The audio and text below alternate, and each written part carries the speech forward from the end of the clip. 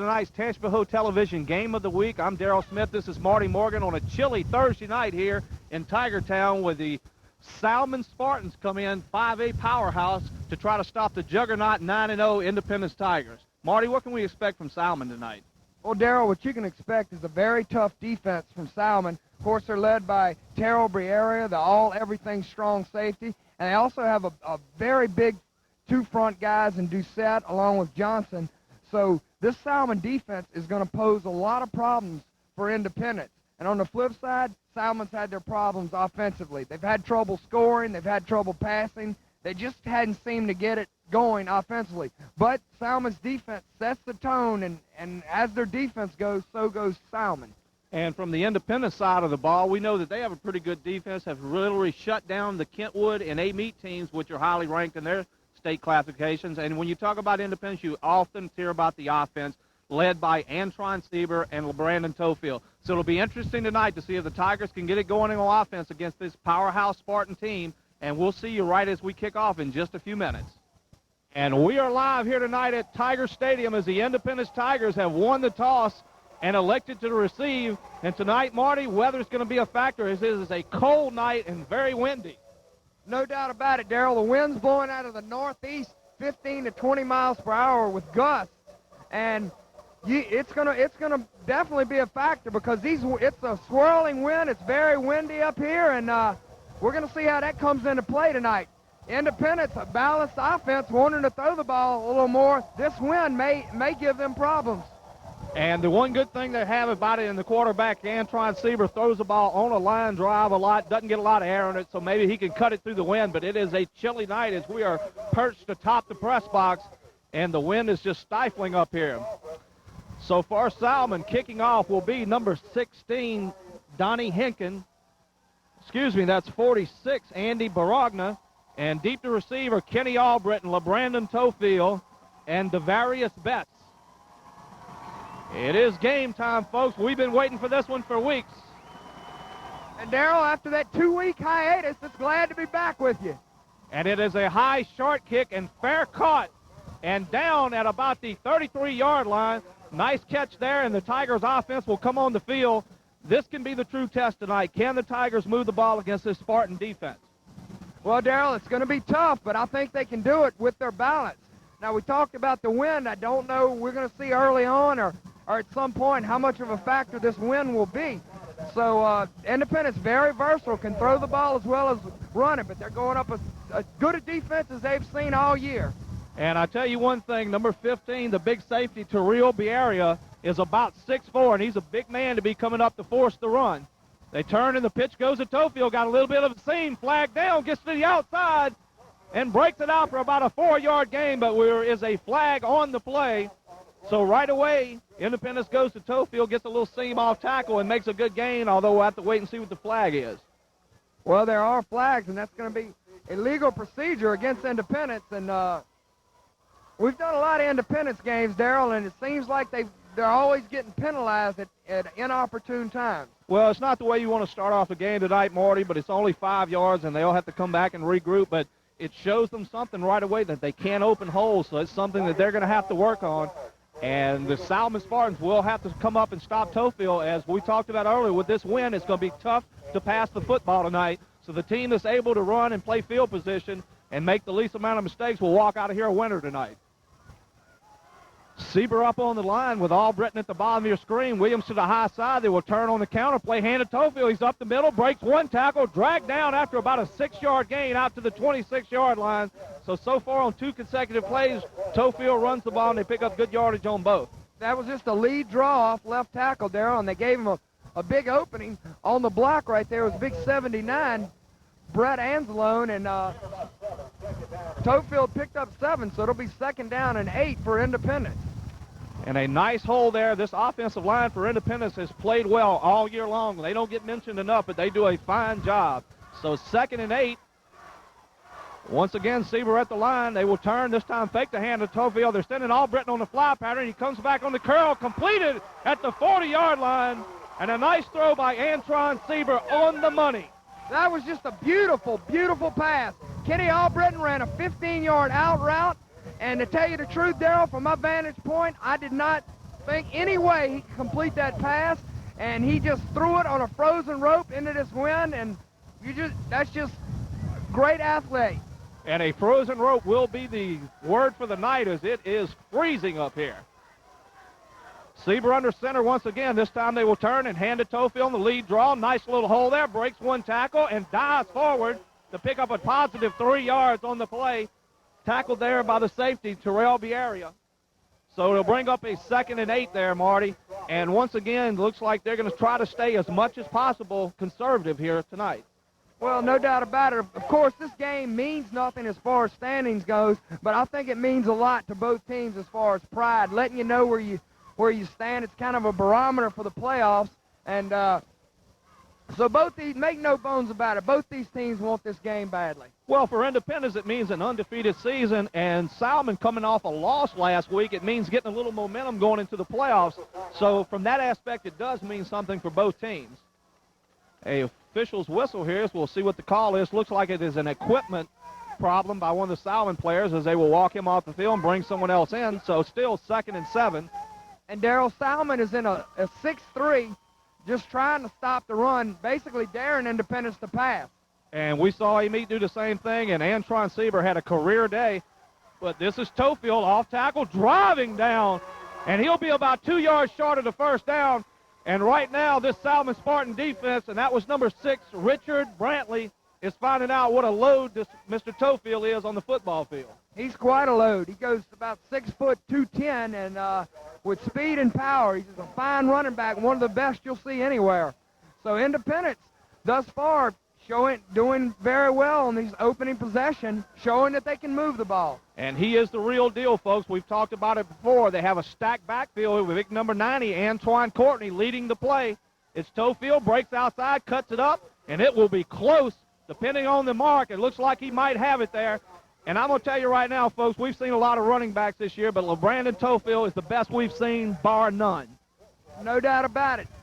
Taking a page off of William Floyd, bar none. He is the best that I've seen this year. And right there, he picks up the first down. So they moved the ball to midfield, Darryl, and got Salmen on their heels a little bit. Couple of first downs here for the Tigers, and they have them backing up here. And this is crucial because you can get on the board early here and get the momentum in your favor. And a game like this could be monumental as the Tigers come out on 1st and 10 at midfield. And it's a packed house, folks. Sieber dropping the pass, being pressured there by number 15, and he throws the ball away. And I do not see a flag downfield. It looked like it might have been grounding, but there is one in the backfield, and that was the safety Barreria that went in on the blitz. And we talked about him to open the show, Darryl. He's 6'4", 215, and the young man runs about a 4.5, so he's quite a load. And right there, they're going to get Sieber for intentional grounding. I think the area came on a blitz and interrupted Sieber, Darryl, so that's going to back him up 15 yards, and that's just that's 20 yards. What it is, it's 5 yards from the spot of the foul, so that's a costly penalty. And also a loss of down, so it's going to bring up 2nd and 30, so a huge mistake there by the Tigers on offense. So 2nd and 30, and I don't know how many 2nd and 30 plays you have in your playbook, but we'll see what they come up with here. Well, Independence very rarely gets in that situation, so we're going to see how they respond. Fake the ball to Tofield. Come back with a screen to Tofield. One man to break through, got blocking downfield, and tackled down at the 33-yard line. Only gains about 4 yards. It was a nice play, but somebody missed the block, and it didn't quite develop as they planned it, but not a bad call there by the Independence coaching staff. That was a great call. Like you said, it just wasn't executed like they had liked it. Somebody did not get a block, and thus far, Tofield cannot spring it. So he picked up about 4, so it's going to be 3rd down and 16 for Independence. That's 3rd and 26, Marty, but that's okay. It is a long way nevertheless. So the Tigers come out once again, maybe look for them to put the ball in the air once again as they had a little success. But either way, they need to pick up a few yards and get the punt away and maybe pin Salmen deep here. So field position. Trips to the top of the screen. They fake to Tofield. Once again, it's the area on the blitz, and what they're doing is they're having Sieber roll to his left, and they're bringing Biaria from that right side, and that's 3 plays he's been in Sieber's face, so they back up 30 yards after they had the first down at midfield. We'll have to punt it away. Well, that Salmen defense on the first possession, Darrell, just living up to their billing. They come in with the blitz, and I think if you're going to beat Independence, you have to blitz them. And that was an obvious passing situation, and they brought everybody, and it paid off. So Quentin Weatherford, the fine punter for Independence, will be back to punt this one away. He stands at about his 7-yard line. So after having first down at midfield, a couple of crucial mistakes, Weatherford gets it away. It's a nice punt. Will be fielded at about the 36. Number 3, Fontenot to the outside, will get into Independence territory and driven out of bounds by number 57, Antoine Smith.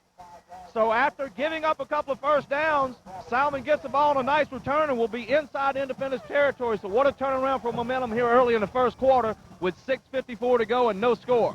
You're right. The penalty, the illegal grounding penalty, kind of cost Independence, and we're going to see if their defense can step up. As Salmen has good position down to the Independence 36-yard line. So Salmen coming out now, number 9, Ronald Partman is your quarterback.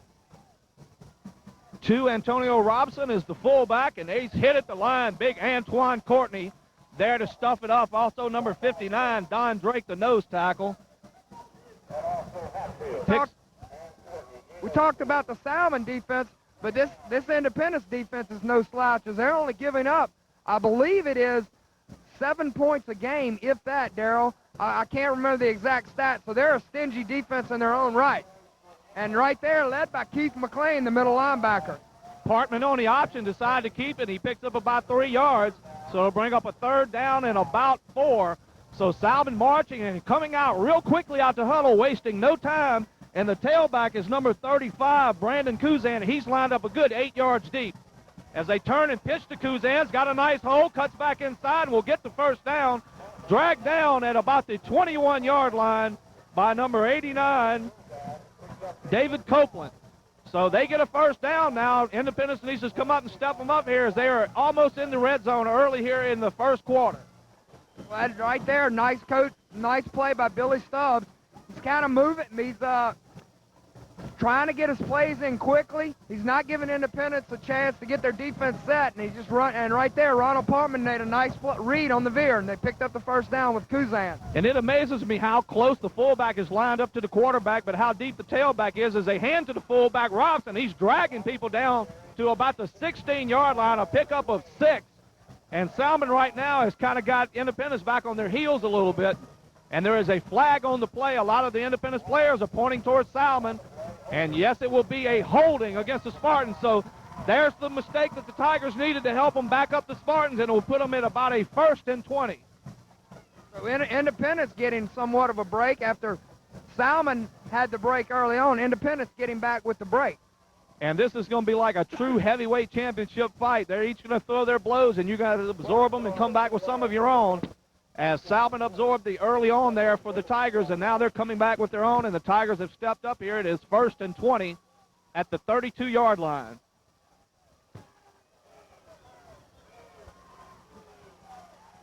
Fake the ball. Partman, he's being pressured. Big blitz coming there, and he throws it, and that's got to be grounding also. As there was no one in the way there, 3 men all over the quarterback, and he just threw it downfield, had no intentions of anybody, and we do not get a flag on this one. Well, Darrell, I don't know the exact ruling in high school if someone's in the grass, but I believe, you know, the guy, they don't call in the grass, or they didn't call a whistle. It wasn't the right call, to be honest with you, as Partman was in the hands of 2 would-be tacklers for Independence, and he just threw the ball away. Well, he just threw it downfield with no intentions of anybody. I didn't see anybody in the air, but no flag on that one. So kind of a toss-up between the first call against Independence. So 2nd down and 20, Partman at the line. They're going to run the ball to the right side, fake it. He's going to roll left, got a man open, the big number 99. He breaks the tackle. The ball's on the turf. Let's see who's got it. It's Independence ball as number 99, Donald Kuzan, fumbled the ball after the reception, trying to fight for extra yardage. And the Tigers will have it, so a big turnover here early as Salmen was starting to move the ball down the field on the Tigers. Well, you talk about football games, Darrell, and one of your main cliches that you stress is turnovers. And lo and behold, Independence gets the first turnovers, and most teams, when they have that advantage of turnovers, come out on top. And so far, Independence gets the advantage and gets turnover number 1. They have drawn first blood on the turnover march and will take the ball first down at the 17-yard line. Sieber under your center will turn, hand the ball to Tofield off the right side, gets to the outside, tries to turn the corner, picks up about 1 or 2 yards, driven out of bounds by number 6, Richard Brantley. Tonight's game being brought to you by Travis Amar, attorney at law. He is a proud sponsor of high school athletics. If you need a fine attorney, go by and see Travis at 124 South Oak Street or call at 429-1848. He will make sure that you're treated right because he cares. That's Travis Amar, attorney at law in Hammond. So the Tigers pick up 2 yards there, trying to get to the outside of the short side of the field and just didn't have enough real estate to get around the corner. So 2nd down and 8. Lionel Joseph to the top of your screen, Albritton to the bottom. Lone tailback is Tofield. They're looking to throw the ball. Sieber, and they have defensed the little out pattern that we've seen Independence run so well early on. They had it covered perfectly. That was Torrey Mallard, number 1 there, as Joseph went on the out and then tried to go up, and the ball was just tossed over his head, bringing up a 3rd down and 8. And a big play here as the Tigers have turned the momentum but need to get a couple of first downs here to get that field position back in their favor. Well, they do, and what they're doing is they're keeping Salmen on their heels because they're mixing up the pass as well as the run, and they're doing a nice job. Just early on, Darrell, they just hadn't been able to get anything going. And we commented earlier about how big the Salmen team is. They have some huge fellas down there, and right now Independence not quite getting the holes that they're used to. They hand the ball to Tofield on the draw, and he is dragged down there, and that was number 7, Chris Brantley, who just reached out and got hold of the collar and pulled down Tofield. So they will be forced to punt on 4th down. Tonight's game brought to you by Hi-Ho number 1 in Hammond. They're often imitated, never duplicated. They are the original, been locally owned and operated for over 50 years. And go by and see Billy Gazzardo and the whole crew, Celeste, there in Hammond, and get some of those wonderful barbecues that I have been grown up on since I was a young man in town. So go by and see Hi-Ho number 1 in Hammond. So Quentin Weatherford stands at his 5-yard line, preparing to punt for the 2nd time tonight. Got off a beautiful kick on the first punt. Snap is low, field cleanly. The punt is up, and it's away, and it will be a wobbler and take a Salmen, now an Independence roll, and it will go dead at the 49-yard line of Salmen. So both teams have gotten a couple of first downs, but no points on the board with 3:57 to go here in the first quarter. Tonight's game being brought to you by Big Daddy's Fried Chicken, located Highway 51 next to the Exxon station in Independence. They have chicken dinners or buckets, home-style onion rings, fried okra. And don't forget, with Thanksgiving and Christmas coming around, those deep-fried turkeys, get your orders in early. That's 878-2131, Big Daddy's Fried Chicken in Independence.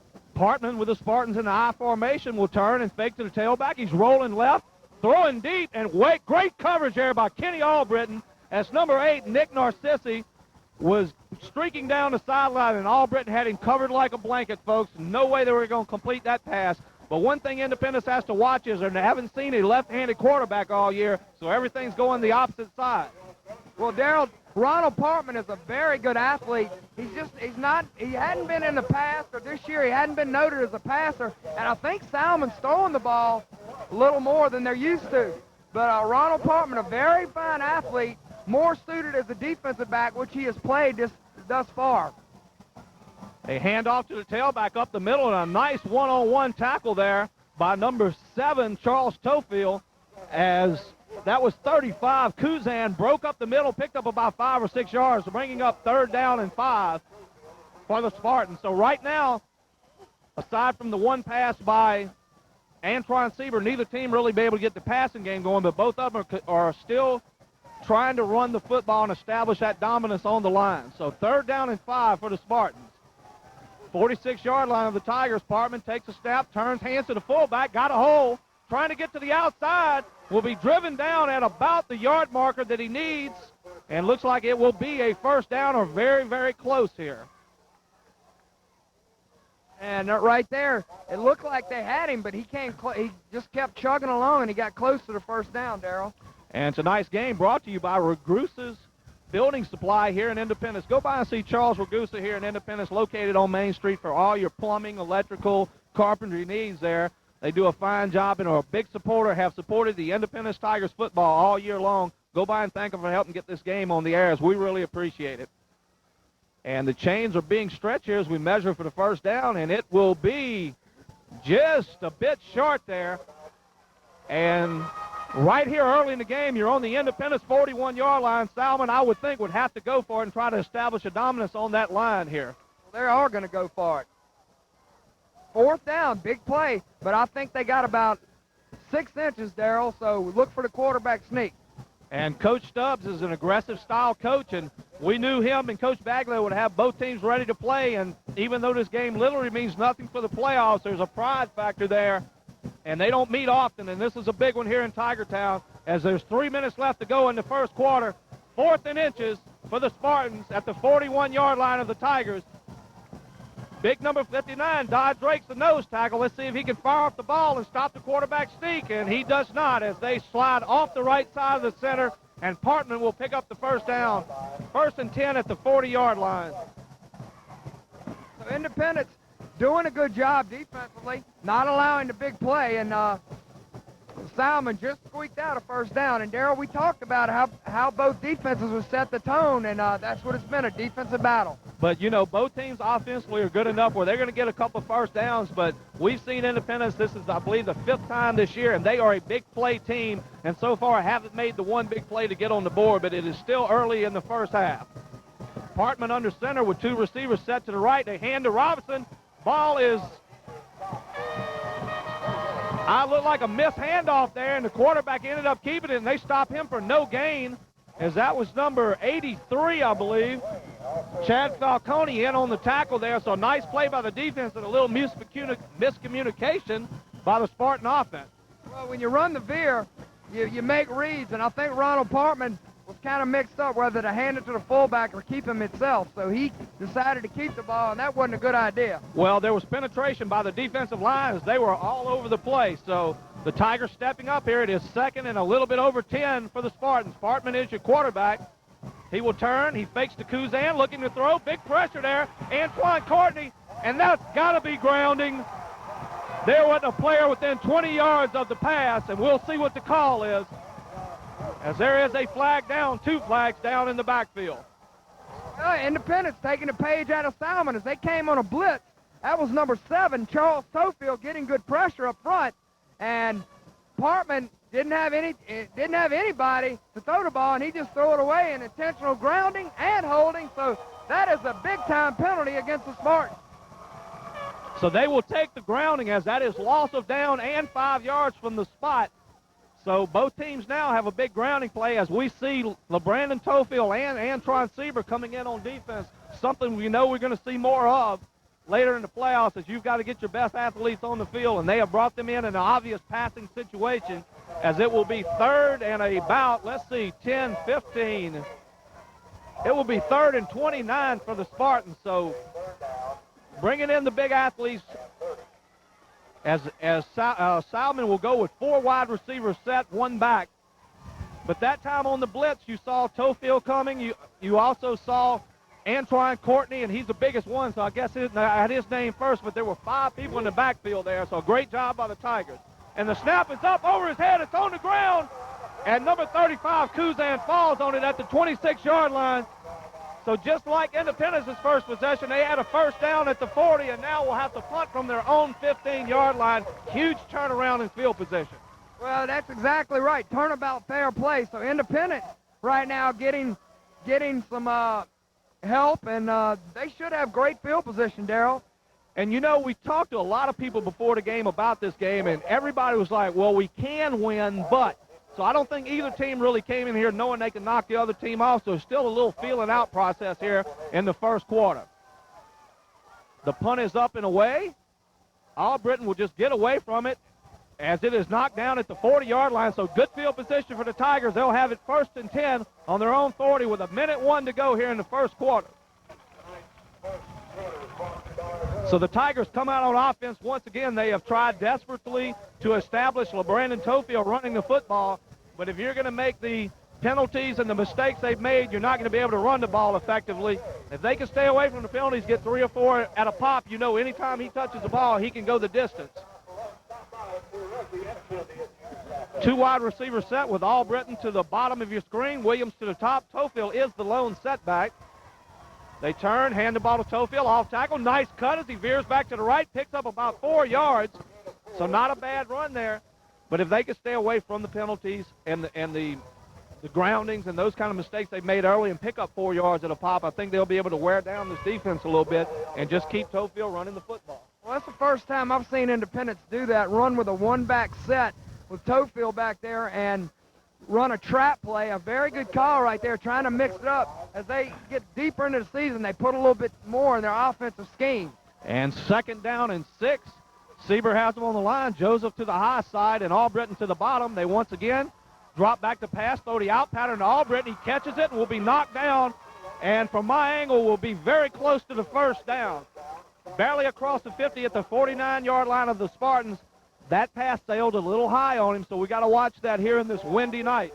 And they do give him the first down, so 1st and 10 for the Tigers. Well, what Independence does offensively, Daryl, they make it easy for their players, and then they just execute it. They run a simple 5-yard out to the sticks, and you just have to execute it. So it's a good. What they do is they do simple things, but they execute them nicely, and that's why they're so successful. Tonight's game being brought to you by Travis Amar, attorney at law. Travis Amar is conveniently located at 123 South Oak Street in Hammond. Whether your case is personal injury, real estate, or domestic, it will receive the personal attention you need and the results you deserve at the law offices of Travis R. Amar. And Daryl, we've known Travis all our lives, and you just recently opened a business, and Travis helped you with some legal things you had, and he's a good attorney. Very good attorney, and the main thing I like about him is he cares what goes on. He's involved on everything that goes through his office, so he does a real good job there, and Travis is a very good guy. If you ever have a need of an attorney, go by and see Travis Amar in Hammond. So as the team switch ends, we will have the Tigers in purple heading from right to left on 1st down and 10 at the Salmen 49-yard line. Sieber, your quarterback, turn and bring the lead draw to Tofield. He'll be hit at the line and hit hard by big number 74, Ashley Doucette. And from our angle, Marty, Mr. Doucette's got to weigh well up around 300 pounds. He's a big one, Daryl, and like you said, he looks to be, from our vantage point, about 5'11", 6 foot, close to 300 pounds, and he's doing a nice job in the middle. A mirror image of big Don Drake for the Tigers there at nose tackle as he goes about 6'1", 315. So big men on the nose tonight on both sides of the football. 2nd down and a long 8. Drop back here, looking to throw the football. Sieber will keep it, trying to get away and hit down hard as he'll pick up about a yard, bringing up 3rd and 7. Drop back to pass, and so far Salmen is covering everyone like a blanket. Both passes that they've completed were well covered also, so the Salmen defense doing a fine job tonight. And Sieber just tucked it under, tried to pick up what he could, and didn't make the mistake this time of grounding or whatever. You know, he just put it under, and now they come up with a 3rd and 7, which is still manageable. And thus far, Daryl, Salmen's defense, as well as Independence defenses, have really done a good job. You know, we talked about the Salmen defense, but thus far, honestly, they're better than I thought defensively. And I got to tell you something, as Independence has called a timeout here, Marty, we as a crew will be following Independence in the playoffs, and tonight has that playoff atmosphere. Everybody comes in pumped up wanting to win, but they also have that quiet reserve knowing they're playing a good ball game. So we'll be able to follow Independence throughout the playoffs this year, and I got to tell you, we're very excited about seeing this team.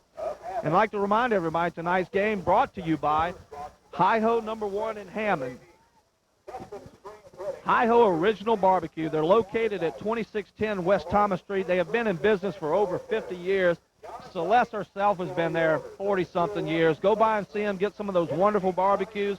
Go by in the morning and have a cup of coffee with JT or Billy and read the newspaper. You know, it's just a fine place to go. And like I said, my dad started bringing me there when I was a young man. I still go there now, and if I ever have a son, I'll bring him there. It's a family restaurant, and they have some of the best sandwiches in town. And they're reasonably priced, and like you say, a lot of people try to copy them, but nobody seems to get it the way the Gazzardos do. Often imitated, never duplicated, Marty. That is their slogan, and it's right on the money. So 3rd down and 7. Sieber turns. They will hand to Tofield. Big hole. He busts up the middle. 1st down for the Tigers as Tofield explodes off the left side and drives out for 8 yards and a 1st down inside the 40 of Salmen. And explode he did. He had a big hole right there, and he just exploded up the middle down to the 1st down. And, Daryl, maybe that can give Independence some confidence and get them going offensively. So early here in the second quarter with 10:35 to go, there is no score, but the Tigers are moving the chains here. First down and 10 at the 38-yard line. So Antron Sieber, the center, and maybe they're going to start opening a few holes for Tofield. They hand it once again, but not this time as number 90. And we do not have a number for number 90. It's not in the program, as you might have heard in the background over the PA. So second down and 11 as they just shut that one down at the line of scrimmage, and not often do you hit Mr. Tofield and he goes down on the first tackle. No, and that's that little trap play once again, and somebody did not block the tackle, and you got to block the tackle in the nose guard, and if you do that, you're going to get an opening, and they just did not execute. Second and 11 here. Sieber surveys the situation. Williams to the bottom of the screen, Albritton at the top, and man-to-man. They turn in the lead draw to Tofield. He follows his blockers nicely, but won't pick up much as he tried to get to the outside. The defensive line for the Salmen Spartans is really stocking up at the line as they still want to prove that make Independence prove that they can throw the football. So it'll bring up third down and 11 as they get no gain there, as it looked like there was a hole, but it closed quickly. Well, what they're doing, they're putting 8 men in the box, and they're playing Independence man-to-man, Darrell, and that's exactly what they're doing. And it looks like, as we talked about before, two heavyweight fighters. They're throwing the jabs, but nobody's really trying to take the knockout blow yet. Still feeling each other out here early in the second quarter. Neither team wants to make the big mistake. They want the other team to earn everything they get, and so far, very disciplined defense by both teams. Sieber will roll right. He's got a lot of time. Throw it, got a man wide open. That's all, Britton. Touchdown, baby, as we talked about. Antron Sieber can put it on the line, and he drilled that one from 47 yards away and hit him dead to numbers. And, Darrell, we talk about Tofield being the best running back we've seen. This young man's the best quarterback we've seen. He is the best high school quarterback I've seen in Tangipahoa Parish since Michael Carr at A-Meet in 86, 87. Very comparable. And this young man has another year left. And he has got a cannon of the arm, and he has put the Tigers on the board 6-0 with 8:51 to go here in the first quarter. And we talked about him sparring. There went the big right hand as they went for the knockout, and he delivered to number 8, Kenny Albritton. Weatherford for the extra point. It is down and up, and it is good as he drills it up, so the Tigers lead it 7-0 here. And it is playoff atmosphere. There's pandemonium here on the sidelines. And because it's a Thursday night game, there's a lot of people from all over the parish here to watch this matchup. Well, Darrell, when you prepare for Independence, if you obviously what you prepare for is to stop Tofield and stop the run, which Salmen has done and which they've tried to prepare for. But you got to give up something, and when you got a quarterback like Antron Sieber, eventually it's going to come back to haunt you. You try to guard Williams and Albritton one-on-one. At some point they're going to beat you, and that's exactly what happened. But the key to the play was the amount of time that Antron had to throw the football. The offensive line did a great job. Salmen got no pressure whatsoever, and when you give that young man the time to throw the football, as we saw in the A-Meet game, 13 for 16, 260-something yards, well, he can kill you. Well, what happens is when you're pounding it to Tofield and you fake it to Tofield like they do on every play, it freezes the defenders, Darrell, and that's exactly what happened, and that just gives them that extra split second. Very, very well coached and very good offensive scheme by the Independence Tigers. And Sieber booms the kickoff into the end zone, so there will be no return for the Spartans. And, Darrell, I think Independence kind of came into this game, as we saw in the first quarter, kind of like you said, feeling them out and a little lackluster. Now they get the 7 points, and they come out a lot more fired up and pumped up. I hate to say this, but they came out a little flat, in my opinion. Well, I don't think it was necessarily flat as it was, maybe a little bit nervous. You know, this game, you don't know what to expect. When you play Kentwood and A-Meet, you see them every year, you know what to expect. And we haven't seen Salmen, so they didn't really know what to expect, but they've put the first points on the board, 7-0. Partman will turn and hand to Kuzan, and he is crushed down by number 59. That's Don Drake. And the big nose tackle just laid all 315 on him, and he went down. And right there, Independent, solid football team. We talk about it, offensively, defensively, and special teams. And after that score, the defense has gotten pumped up as if they needed to be, because they've only allowed one first down this whole first half with 8:22 to go, and Independence leading 7-0. And 2nd and 12 for the Spartans on their own 18-yard line. Partman calling the plays, hands to Robinson off tackle, and he's going nowhere. And once again, let's see the number there as he's on the ground, but I believe it was Big Don Drake again, as we've called his name a lot here early on, the big man stuffing up the middle. So it'll bring up a 3rd down and 10 for the Spartans, and after you give up a big play like that, you don't want to go 3 and out, so they need to come up with something here, and the Tigers want to step up, stop them, as they'll get good field position.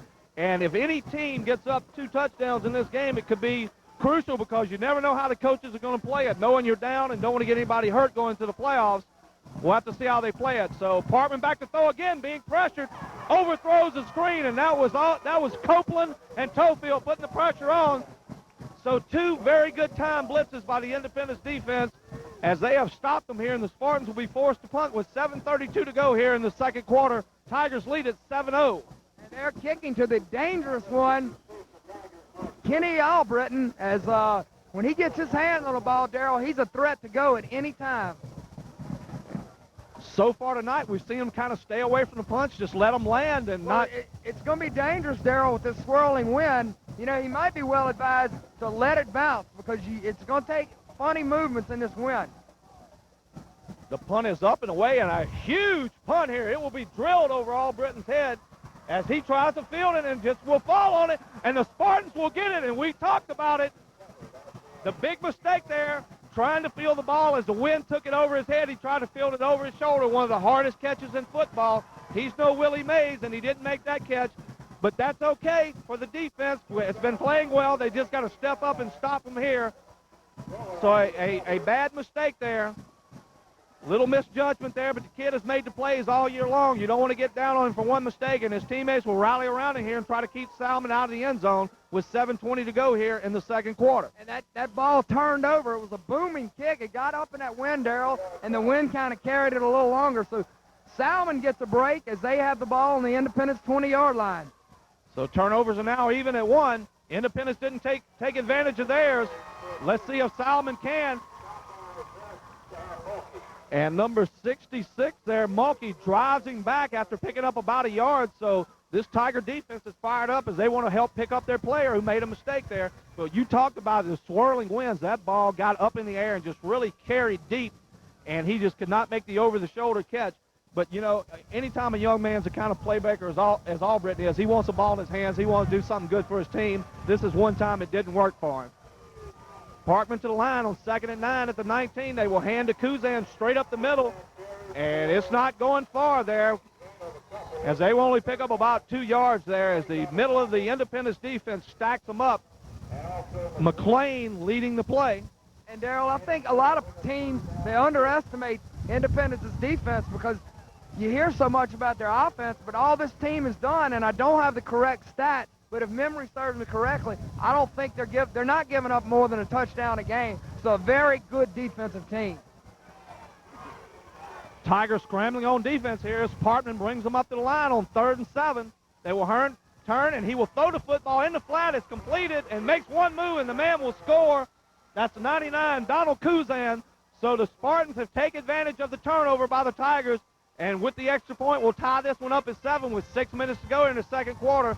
So a big mistake by the Tigers has come back to haunt them, and this game will be tied if they can make the extra point. And right there, that was a play-action pass to the tight end, and nice. I got to tip my hat to Billy Stubbs. That was just a nice play call, Darrell, as he was wide open. And a very conservative little swing pass out there, and he took it in, made one man miss, and took it in for the score. 46 Barogna for the extra point. There is a flag down as the kick is up, and I believe it might be wide, but they called it dead before the start. See the call as the referee comes out. It is offsides against the Tigers, so they will line it up and kick this one again. Doesn't really hurt you from here as you only get a half yard unless Salmen decides to go for 2 for some reason. And that is what they're going to do is they send the offense back out there. Well, from our vantage point, they're sending a lot of guys out there, and they are going to go for 2. And not a bad move. You're on the road in a hostile environment, Darrell. Why not go for 2? And it is a good call, but once again, there's one of those penalties that can kill you. As the kick was up and drifted wide, instead of him missing it, now they go for 2 with a chance to take the lead here. As a crowd chants for the defense, they line up in a 3-backfield set.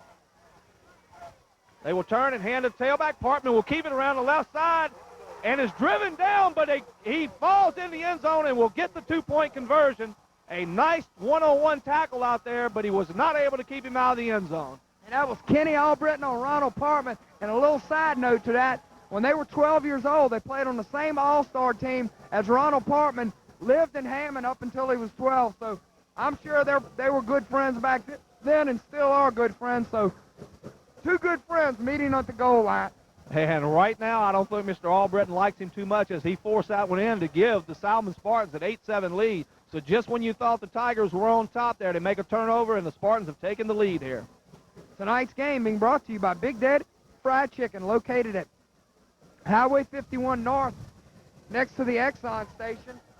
They have home-style onion rings, fried okra, corn on the cob, apple pies, spicy fries, stuffed jalapenos, nugget dinners, fish and shrimp, oyster dinners, seafood platters, hamburger po' boys, muffalata, barbecue rib dinners, and those deep-fried turkeys for Thanksgiving, as well as drumettes, and all special occasions. But if you're going to get that deep-fried turkey, you got to call in early because they go quickly. That's 878-2131. That's Big Daddy's Fried Chicken in Independence.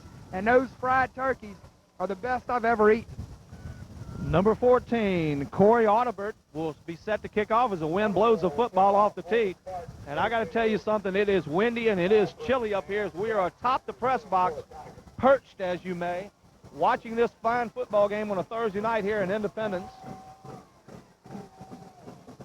The kick is up and is away, and it will be driven deep to Tofield, taken at the 3, as he will come up the middle. Nice coverage there as he takes one corner, will split up the middle, got a seam. Tofield to the outside, the kicker to beat. He could go, folks. Number 2 has the angle, but Tofield is driving hard. He will be down inside the 5-yard line. The real deal is struck again, baby. We talked about him all week long. Get the man the football, and he can make it happen for you. You're giving him an opening, and he'll take it. That's just a combination of speed and power. And LeBrandon Tofield, 96 yards down to the 3-yard line, and he's got this crowd in a frenzy. And, Darryl, you're in a frenzy. What a momentum changer that is.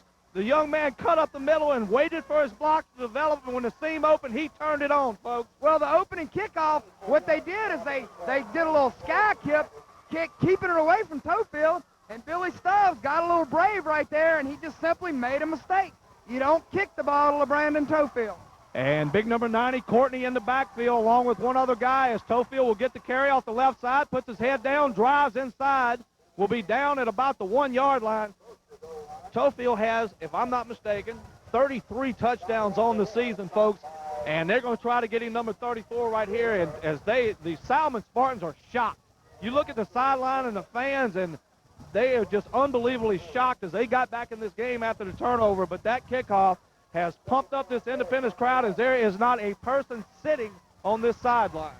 They're just going to go with the power I formation and just try to bounce it in there, bull their way in there with Tofield 3 times, I would imagine. And he gets in. So LeBrandon Tofield gets number 34 off the right tackle, following number 90, big Antoine Courtney. And the Tigers here will probably go for 2. So a great job after you get knocked back on your heels a little bit to stand back up on the hind legs of LeBrandon Tofield as he just ran the football right down the throats of the Spartan and has set them up here as it is 13-8, and they will go for 2 here to try to get back up 7 points. And what a set of legs that young man has. And, Darryl, right here, I'm going to go out on a limb and say it's going to be a play-action pass. They're going to fake it to Tofield and try to hit Albritton or the tight end, Quentin Weatherford. As we bring them up, 5:02 in the first half. Here it comes. That is the call as they roll right. Albritton looking. There's nobody there. Get rid of the football. Lobs it up. Hey, and it's like a jump ball, and Albritton comes down as Antron Siebert just threw up the jump ball, and the basketball player turned football player went up and got it, Marty. Just a great ad-lib and a great athletic move, and boy, do I love this game. It might be freezing, and I'm telling you, I'm hurting up here, but I'm a little warmer now after Independence goes ahead 15-8 with 5:02 to go, and this is just a great game early on, Darryl. And I got to tell you something, Marty, as the season drug on late, You know, we started getting a little stale maybe, but now we are pumped up as we're preparing for the playoffs, and we will be following the Tigers all the way to the Dome, hopefully. And right now, they have jumped out on Salmen 15-8 with a couple minutes left here in the second quarter. And what a huge play that kickoff return was. You talk about turnovers and special teams, and turnovers are even right now, but the advantage goes, and well, I guess you could say special teams are about even because the Independents fumbled, and they come right back with a big kickoff return. So now they'll be forced to kick off with 5:02 to go before half, and Independence regains the lead at 15-8. So Fontenot and Narcisse back to receive as Sieber drilled the last one into the end zone without a return. Awaiting the official's call here. And the kick is up, and it is drilled, low line drive. Fontenot will field it in the end zone, and they will bring it out to the 20. What a weapon that is when you can start your other team at the 20-yard line.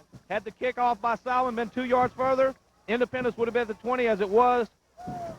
The big man, the real deal, took it the distance down to the 4-yard line, and they punched it in from there. So power football for the Tigers inside the 5, and they make it count. So Salmen will go back on offense, trying to get something going. And Darrell, the way this wind is, you want to be going the way Independence is going because the wind is at their backs. Parkman takes a handoff. It will give it to Robinson, the fullback, and Big Don Drake rides him down after about a 3-yard gain.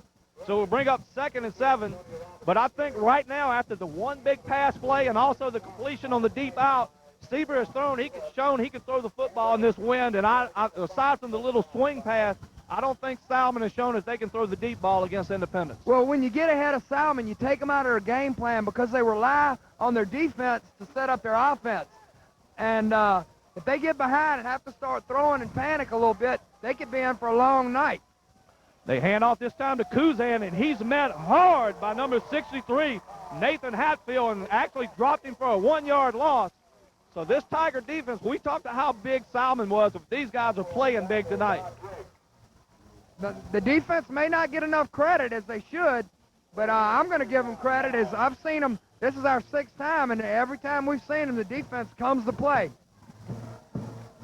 Defense wins you championships. If the other team doesn't score, you cannot lose. That's a good point. Very good point. Some people disagree, but I agree with that. Fundamentals, Marty. And it's Parkman on the keeper, and he will be driving, and there's a flag coming down. He will get close, about a yard short to the first down, but the flag was thrown in the area of holding. Looked like another miscommunication by the Spartans offense, and that will be the call, holding against the Spartans.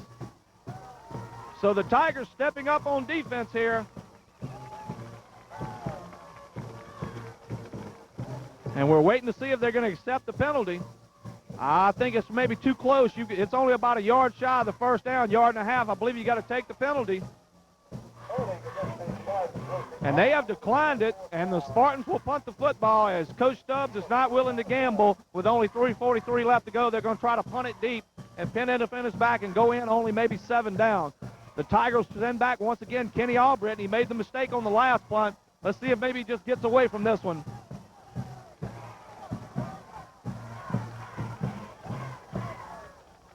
Tigers must be careful here as they got to wonder about a fake maybe. High snap, punt is away. This one driven deep. Albritton should be able to field this one cleanly. It's 42. Excuse me, it's 32, and will be dragged down at the 33. So the young man comes back, makes a nice catch there, and sets up this Tiger offense with 3:10 to go in the half, and they lead it by 7, 15-8. We'll see with Coach Charlie Bagley goes a little conservative or tries to add more points. I think right now you've got Salmen on your heels. You got to come out and try to run the ball down the field and get another score on the board, as they have momentum in their favor right now, and they seem to be doing all the right things. You've been able to throw the football, run a little bit with Tofield. So let's see them try to mix it up and get a couple of more points on the board before halftime for the Tigers. One back set with Tofield. Williams to the bottom half of your screen. Albritton to the high side. They turn, hand the ball to Tofield. He fumbles the ball. It's on the ground, and Sieber comes back in and recovers it. A missed handoff between Tofield and Sieber as he tried to hit the hole a little too quick and almost costly. But Sieber very alert and falls on the football, and it will be 2nd and 12. Daryl, I tell you what, it's very, very cold out there, and he might have just, you know, kind of like when you swing a bat and the ball kind of sticks to the bat, it hits you on the hands. It's so darn cold down there, it might have just stuck on his hands. He couldn't get a good grip on it from our vantage point. 2nd down and 13 for the Tigers. Sieber under center. They will turn, looking to throw the football. Nice little play across the middle, threw it behind Williams. As he had him, he was well covered by Mallard, but the inside lane was open. Could he caught it, would have been close to the 1st down. So it will bring up 3rd and 13. So with 2:26 to go and Independence leading 15-8, they face a 3rd down and 13. A definite passing situation. Well, with 2:26 to go here, the Tigers won't try anything too risky here. They'll just try to maybe pick up the 1st down or get someplace close. They are at their own 29-yard line. Tofield, the lone setback. They turn, fake the lead draw. Tofield picks up the blitz. They're throwing it deep. He's got Albritton once again, and he is going to the races, folks. And he will be ripped down at the 11. And right now, number 3, Mike Fontenot, cannot cover Albritton deep, but there is a flag down deep in the Independence backfield. Holding will be called against the Tigers, and what a big break for the Salmen Spartans, as the Tigers in the 2nd quarter have knocked the gloves off and are throwing the big hooks, and they've hit on a couple, but this one's going to be called back, folks. That's unfortunate. You know, it seems it comes at an inopportune time, a holding penalty, as that was a beautiful throw and a beautiful catch, but it'll be nullified by the big holding penalty. So they'll be penalized from the spot of the foul, and that'll bring it to the 15-yard line, Daryl, and now that's going to be 3rd down and a good ways to go. But I got to tell you something, Marty. Right now, you got number 3 trying to line up against Albritton. Run him again, baby. He's in his mind right now thinking, hey, I don't know if I can stay with this guy. So Independence will be faced with a 3rd down and 31, I believe it is, from our vantage point. They need to get a little breathing room here for the punter, as they will draw back, hand to Tofield on the lead draw, and he will just pick up about 6-7 yards, give him a little breathing room with only 2 minutes left to go in the quarter. They will punt this one away, and they'll need to keep Salmen out of the end zone, as the score is 15-8 Tigers. That's just a nice, safe call right there, not wanting to risk anything. And we'd like to remind everybody this is our last regular season game of the year for this crew. So please go out and remind all these sponsors that have sponsored high school football all year long. Thank them for helping get these games on the air. For the people who couldn't be here tonight and are going to get to watch this on Tangie's Game of the Week, they appreciate it, and we appreciate them sponsoring us to allow you to bring you this action, because we love being here. This is high school football at its best. And tonight's sponsors are Travis Amar, attorney at law, Big Daddy's Fried Chicken, located here in Independence, Ragusa Brothers Hardware, located in Independence, and Hi-Ho Number 1, located in Hammond. So we'd like to thank those 4 sponsors for tonight's game, as they have helped us in earlier games, and without them, this wouldn't be possible. And I got to tell you something right now, as cold as it is, I would like to have one of those steaming hot Hi-Ho barbecues up here, as it is some kind of chilly up here tonight. Windy on top of this press box.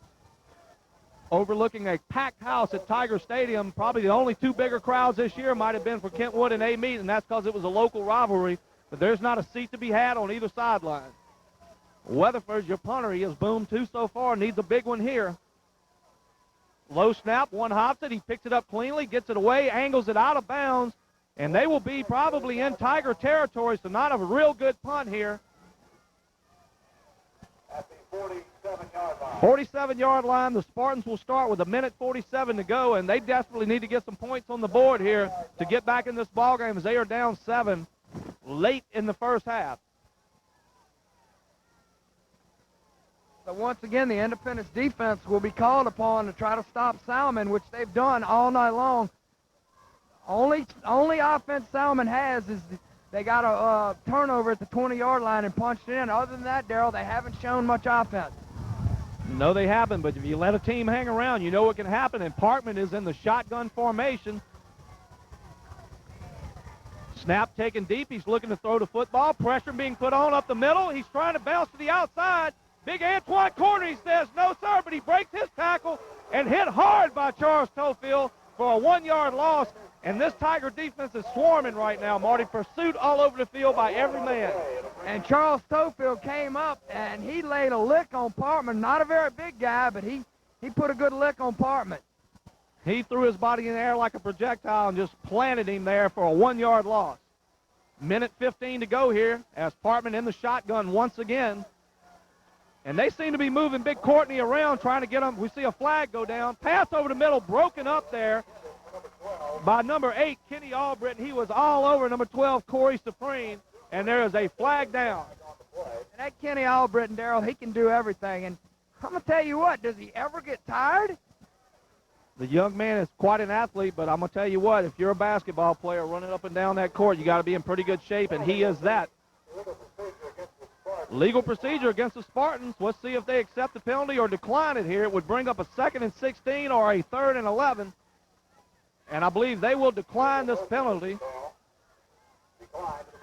bringing up 3rd down and 11. And right now this Tiger defense is putting the pressure on the quarterback, and they're sticking people out there. The middle of the line has done a fine job tonight. So Parkman's shotgun formation once again on 3rd and 11. They're coming again. Throws the ball over the middle and off the hands of number 12, Supreme. And once again, Albritton was right there. So Partman put the ball in the money that time, but they still have not been able to complete anything down the field. And we saw Partman last year against Hammond, and he's improved dramatically, Darrell, from his junior to senior years. He's throwing the ball a lot better this year. Salmen will take a timeout here as they have a 4th and 11 at the 47 with 1:02 left and the wind at the Tigers' back. If they don't get it here, they could get down for a field goal real easily and get a shot at one because they have a huge wind behind them. So it'll be a big call here to see if they go for it. Well, if I'm Billy Stubbs, I don't know if I want to risk it because I believe Independence has 2 timeouts left, and they'll get the ball at midfield. And with this big strike offense, big play offense, you're just playing right into their hands. So if I was Billy Stubbs, which I'm not, I would punt the ball. No, sir, you are not Billy Stubbs. You are not Charles Baglio. You are merely Marty Morgan. I'm Darrell Smith along with our cameraman, Catfish Phil. One of the big chiefs down there for Tangi Television, our colleague, Ron Gotro on the sidelines, trying to get a little misinformation for us. And they have decided, as Coach Merely Marty Morgan has pointed out, they will punt the football here. On 4th down. You got to punt it, Darrell. You can't take that chance. Well, it's only a 7-point game, and you don't want to go down any more than a touchdown, as they've done a fine job here, got the big turnover and punched it in, and then the huge kickoff return by Tofield to put them back in the ball game and up 7 with only a minute left to go here before halftime. Snap is up, punt is away as Courtney breaks through, and this one will drive deep into the end zone. And it takes a bounce, and they will down it at the 1. Wind held it up just enough that they were able to down it at the 1, so with 53 seconds left, the Tigers will have to power the ball out of the end zone and try to go into halftime leading this one by 7. And that's just what Salmen wanted, and that's just what they got, Darrell. They got Independence pinned back to the 1-yard line, so we're going to see what Independence does. I would just imagine they're going to just pound it up the middle as this wind is starting to really swirl, Darrell, as it is at least 20 miles an hour. And we are just freezing cold up here, to be quite honest with you. And the Tigers have called a timeout here as they want to discuss what's going to happen here. And right now for them, they just want to get a little breathing room out of the end zone here and let this clock run. I'm not sure how many timeouts Salmen has left, but you don't want to give up a safety here on a 7-point ball game. And we see the Tiger cheerleaders down on the sideline here as they are wrapped up in their warm-up suits, looking very nice in their purple and gold and doing a fine job out here. And thank God the young ladies are not having to be out here in the little short skirts and everything, because it is chilly, folks. And it makes it that much more colder with this wind. And right there, a good timeout by Coach Baglio, making sure everybody's on the same page. You don't want to make a mistake right here. More colder. That's pretty good, Marty. Is it more cold or is it more colder? I I don't know, is that a double entendre? Millie Marty Morgan. You can't stop him. You can only hope to contain him, folks. So the Tigers, the ball at the 1-yard line. Tofield, you're set back with the power eye backfield back there with Big Courtney and DiMaggio. Seabrook will take the snap and just sneak it out. He'll pick up about 2 or 3 yards, so a good job there by the line of the Tigers as they give him enough breathing room there, and the clock is ticking there. So Salmen looks like they're going to be content to go into halftime only down 7. And just as I say that, Salmen calls a timeout, but they wasted about 10 or 12 seconds here before they called the timeout, so I'm not sure what the thinking is on this timeout, Marty. And I think that's their last timeout. And that may be a ploy to keep us out here a little longer, Darrell, and keep us a little colder. I'm sure that's what he's thinking about, us up here on top of the press box freezing. I bet that's what's on his mind here in a 15-8 ball game against the Tigers. And, you know, talking to the coaches before the game, we're starting to get set for this big run in the playoffs for the Tigers. I think it is their best chance to go to the Dome in recent history. And, you know, we were talking about where they might go and who they might meet. And, you know, the big key is Evangel looms somewhere in the distance, but it will be in the Dome if they have to meet them. And with all the talk going around about trying to put the private schools in their own district and everything, I even heard the rumor before the game from one of the coaches that the schools in Evangel's district, the coaches have claimed that if they're not taken out of the district and put their own, they're going to forfeit every game to them next year. And that's a weird rumor, but, I mean, it just goes to show how, you know, some of these schools, the University of Evangel has put themselves on the map by being able to give scholarships and everything else, and it's not fair to other schools who have to play with what they have. Well, and that's true, Darrell, but the truth of the matter is private schools do it and they get along with it, but public schools are recruiting also. They're just doing it in a little different way. And the only thing I don't agree with is if a kid's at one school, is I think if you go to that school, if you're from Nebraska and you can go to Independence, that's fine, but it's not right to switch after your junior year to another school to your senior year like Robert Davis and Cisco Perkins did last year. I don't buy that, or any school for that matter. And the clock ticks down at halftime, and it is score, the Tigers 15, Salmen Spartans 8. And after the halftime show, we will be back to discuss a little bit more of this and bring you the second half of a wonderful ball game.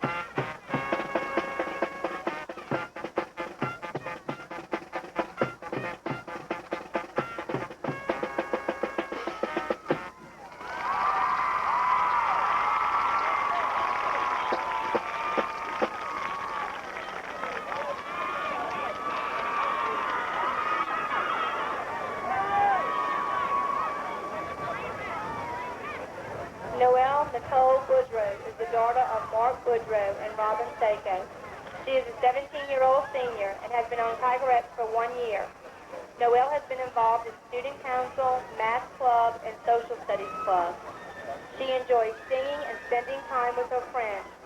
Many thanks to Charlene Liuza and her parents.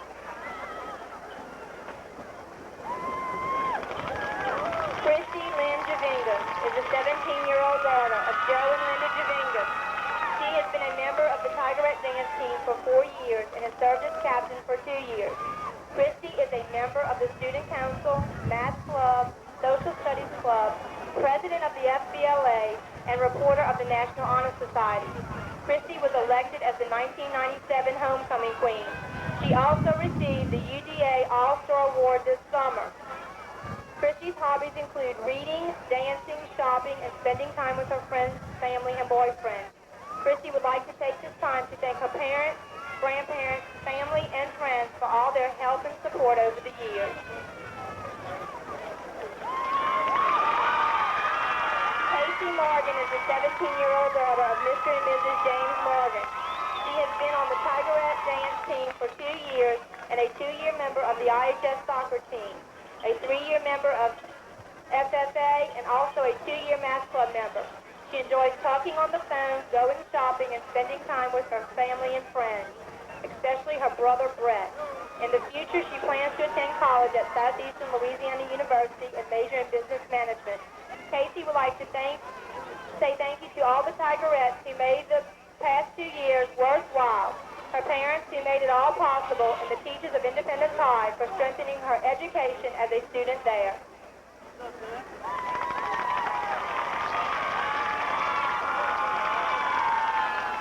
Our senior color guard member is Ms. Laura McIntyre.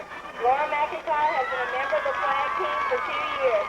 She is also in the National Honor Society. She is a member of the Monte Della Rosa Catholic Church. Her future plans are to become a pediatrician. She is the daughter of Belinda McIntyre and the granddaughter of Ann Garafola.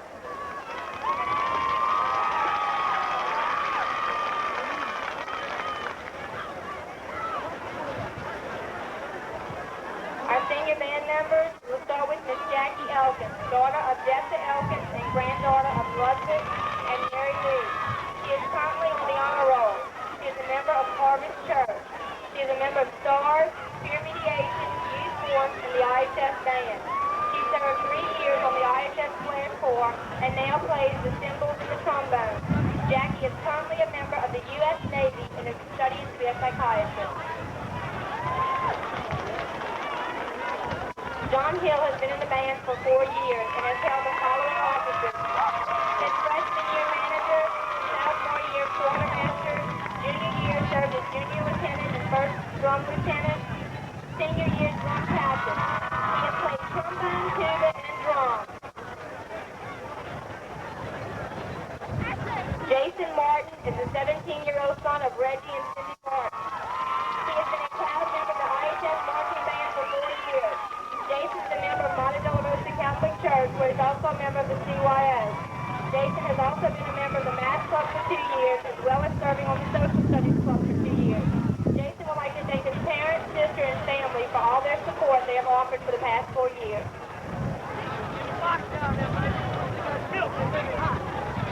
Hiawatha Mitchell has been in the band for 3 years. The first 2 years he played the bass drum. He now plays snare drum. He holds the office of drum lieutenant.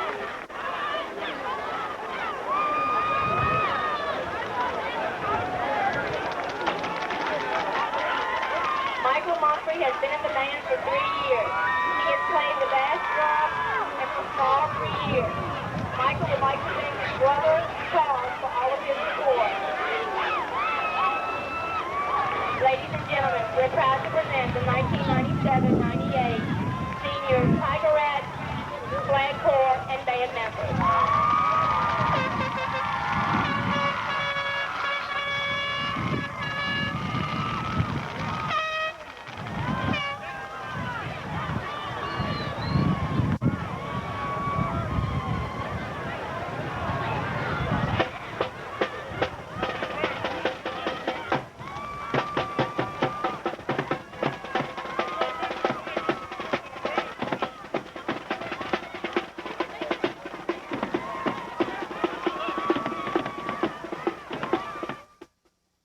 We will start the second half here as the Tigers are set to kick it off to the Spartans. Ladies and gentlemen, Norfolk Sports Medicine and affiliate of Norfolk Health System strives to meet the health and educational And needs of athletes on the playing field and beyond. number 3, Antron Stieber, set to kick off. Deep to receive is number 8, Narcissus, and number 3, Fontenot.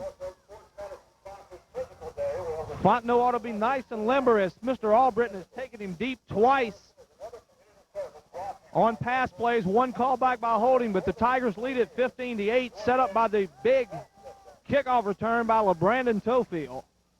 Neither team had much success on offense in the first half. 3 first downs for the Spartans and 4 for the Tigers.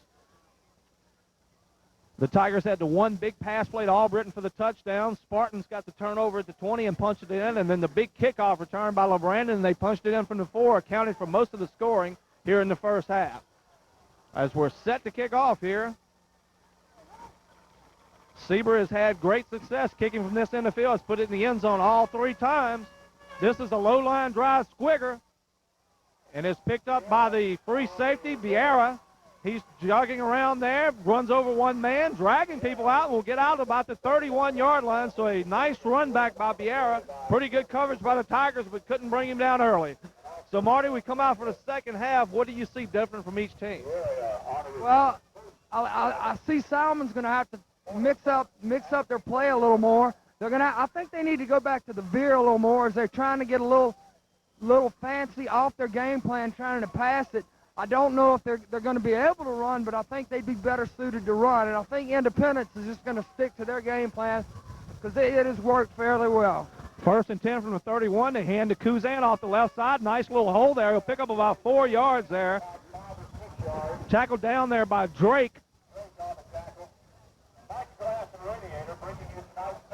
And marked out to the 36, so he'll pick up 6 yards. And will bring up 2nd and a long 4 there for the Spartans, so they come out running the football right off the bat.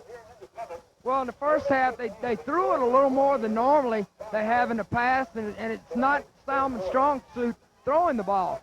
So I would suspect that they'd go back to the run a little more. Parkman once again turns and hand to Robson off tackle, gets a hole up the middle. Nice tackle by Bess and Tofield, but he'll pick up the first down, and they're out to the 44-yard line, moving the chains early here in the 3rd quarter. That's just a trap play right up the middle, Darrell, and Robinson picked up the first down. So Independence going to have to tighten up defensively as they played great first half defense. And first half, they were really packing it up the middle there. Big Drake and Courtney and number 70, which is Derek Hunter, stopped the ball up the middle a lot. And, you know, I saw Mulkey, who played a lot up front there, kind of limping at halftime. I'm not sure if he's going to be back. Fumble on the ground, and Parkman will fall on it and lose about 2 yards on the play. So missed snap between the center and Parkman, and will cost them 2 yards. Right there, good fortune for the Tigers. Parkman could not get a hold of the ball, so to bring up 2nd down and 11 for Salmen with 10:30 to go in the 3rd quarter, and Independence leading 15-8. Nice ball game here. Playoff atmosphere here in Tigertown, and the Tigers lead it by 7. 2nd and 11 for the Spartans at the 43-yard line. Parkman drops back, fakes it. He's going to roll left, being pressured by Hunter. In and out of the hands of number 2, Robinson, the fullback, and he was open once again, and Parkman put it on the money, but they haven't been able to catch many passes tonight. And Parkman, Darrell, has done a nice job directing this offense as he has thrown the ball approximately 8 times, and some of his receivers just have not been able to hold on to the ball.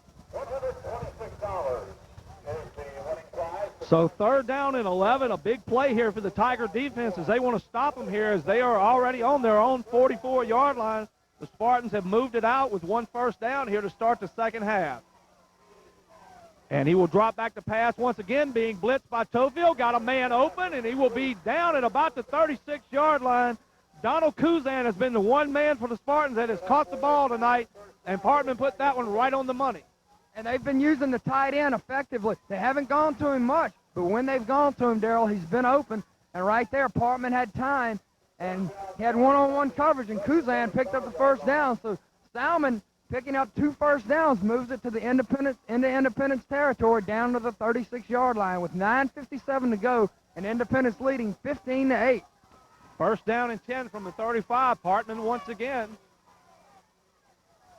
Turn, hands the ball to Robinson off tackle, and nowhere to go there as Big Drake and Hunter corral him at the line of scrimmage and had nowhere to go as they drop him at the line of scrimmage for no gain. And this Independence front four has done a great job tonight, as they have all season long, as they have not allowed the big run thus far in this game. But the Spartans are driving here, 2nd and 10 at the Independence 35, and they've mixed in a couple of passes here early, and one of them worked for a big first down. Partman fakes, they're running the option, tries to keep it himself, will duck inside, pick up about 4 yards, will bring up 2nd and a long 5. And right there, Derek Hunter shook off a block and followed Partman and did a nice job, as he only held him to a 2-yard gain. So bring up 3rd down and 6. And Darrell, I would think this is 2 to 4 down territory. Would have to be here, and we see Mulkey on the sideline. Looks like he's got his ankle taped up. He played that defensive line spot for him in the first half, but so far early on, Hunter's playing well and made a couple of big tackles there. 3rd down and about 6 as they have marked it back at the 31-yard line.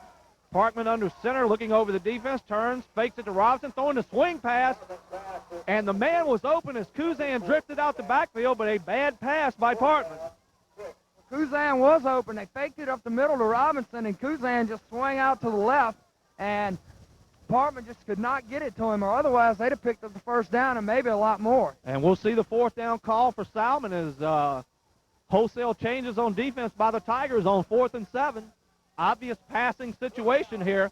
Big play here early in the 3rd quarter for Salmen as they've got to keep this drive going. The Tigers know they have to stop them here as the crowd comes alive.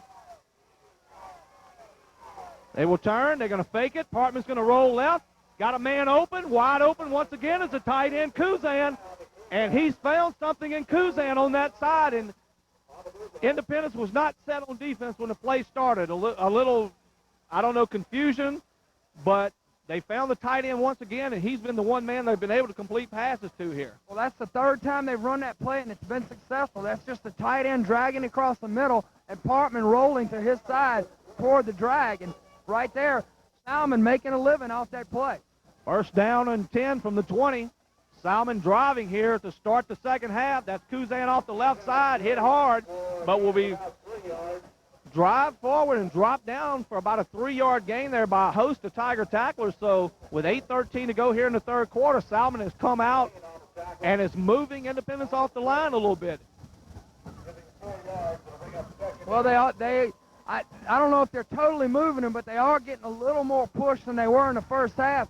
But actually Salmen's getting herself in not so good situations, but they're capitalizing and picking up critical first down. 2nd and 7. Partman turns, hands to the tailback, and he's going to be hit back down by number 5. That's Otto Bonds there, and 34, the ball carrier, Corey Hurt, tried to get to the outside, and they dropped him for about a 3-yard loss, bringing up 3rd and 8. And once again, the Tigers stepping up on defense, and it has got to be 2-down territory. Once again, field goals aren't going to win this game for either team. Well, it is going to be 2-down territory for Salmen, as they found something with the little short passes, and I would expect them to keep going to the short passing offense. So 3rd down and 8 for the Spartans. Partman lines up here. Kuzan, the tailback, Robinson, the fullback. They turn, they fake the ball to Kuzan. They're looking to the tight end once again. This time they had triple coverage on him, and the ball went off his hands. So the Tigers adjust the defense and make the play, but it'll bring up 4th down and 8. And that's just a good job of coaching by Independence. They beat you a couple times with Kuzan, but they're not going to beat you all night long. So what they do is they double cover Kuzan, knowing that Partman's had success going to him, knowing that he's probably going to go to him again. And right there, they had enough manpower to stop it. And Kuzan, the tight end, has been the only man that seems to be able to hold on to the football for the Spartans. So 4th down and 8. Big play here in the 3rd quarter with 7 minutes to go. Tigers lead it by 7. Partman surveys the defense. He fakes the ball, looking to throw. Got a blitz from Smith. Right into the arms of Antoine Courtney. Antoine Smith forced him to the inside, and Courtney was there to put him down, and the Tigers take over on offense at their own 23-yard line. Big play coming on the blitz by Antoine Smith. Although he didn't make the tackle, he caused the sack. He sure did. He came out from his defensive end position. Our linebackers position, and he puts some pressure, and he's the one that calls the sacks, and Antoine Courtney right there to clean it up. So the Tigers take over on offense for the first time in the second half. They didn't get a lot going here, had a few passes completed, but didn't really run the ball effectively. Look for them to maybe come out here as they have stopped the momentum and try to get a few first downs themselves and turn it back into their favor.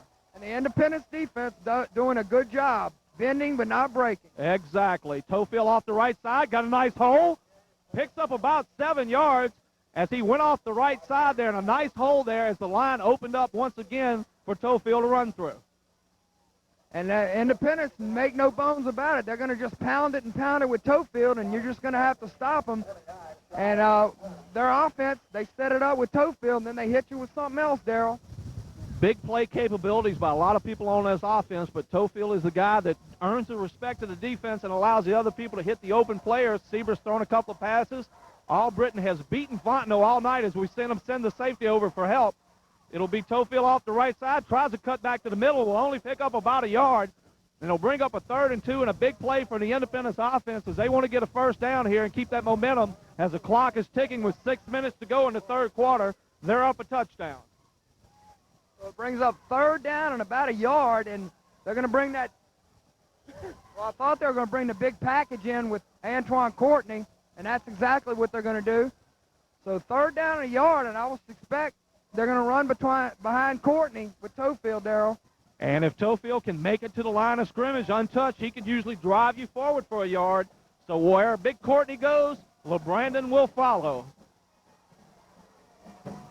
Snap gone. They go to the right side. Sieber going to keep it to the outside. One man to beat with a flag down, and he gets hit hard. And I hope he gets up all right because he got hammered on the right side as they fake the Tofield. And it's going to be against Independence, so we'll have to see. They're going to have to push them back here because they're going to be close to the first down if they don't have it.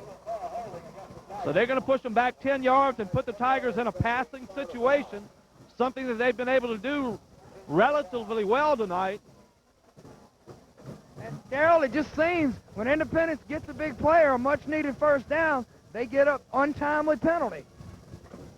They haven't made a lot of penalties, but all of them have been in bad situations when they've made them. And here's another one as it looked like they had the first down. But I hated to see Antoine take that kind of lick as he went around the corner. He got double-teamed by 2 men and just hammered. And the young man is up and ready to go again. So it's 3rd and 15 here for the Tigers.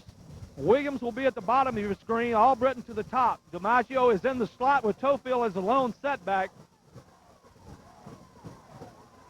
Sieber takes a snap. He'll fake it to Tofield, rolling right, getting rid of the ball. Got Albritton. He's well covered this time and right overthrown there. But a good job by Fontenot as he had been burnt twice by Albritton. And there is another flag down, and I believe this one might be for a late hit on the quarterback. And if so, that will be a personal foul and a first down, if I'm not mistaken. Well, it is going to be a roughing the passer penalty against Salmen, and just what Independence needed, Darrell, a big break. Well, it is a break, and what a untimely miscue by the Salmen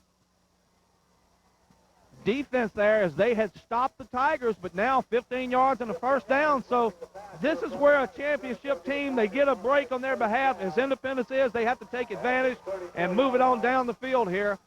So the Tigers looking to maybe throw the football a little bit more in the second half, as Sieber has shown the ability to put it on the numbers, but that time Fontenot had covered Albritton very well.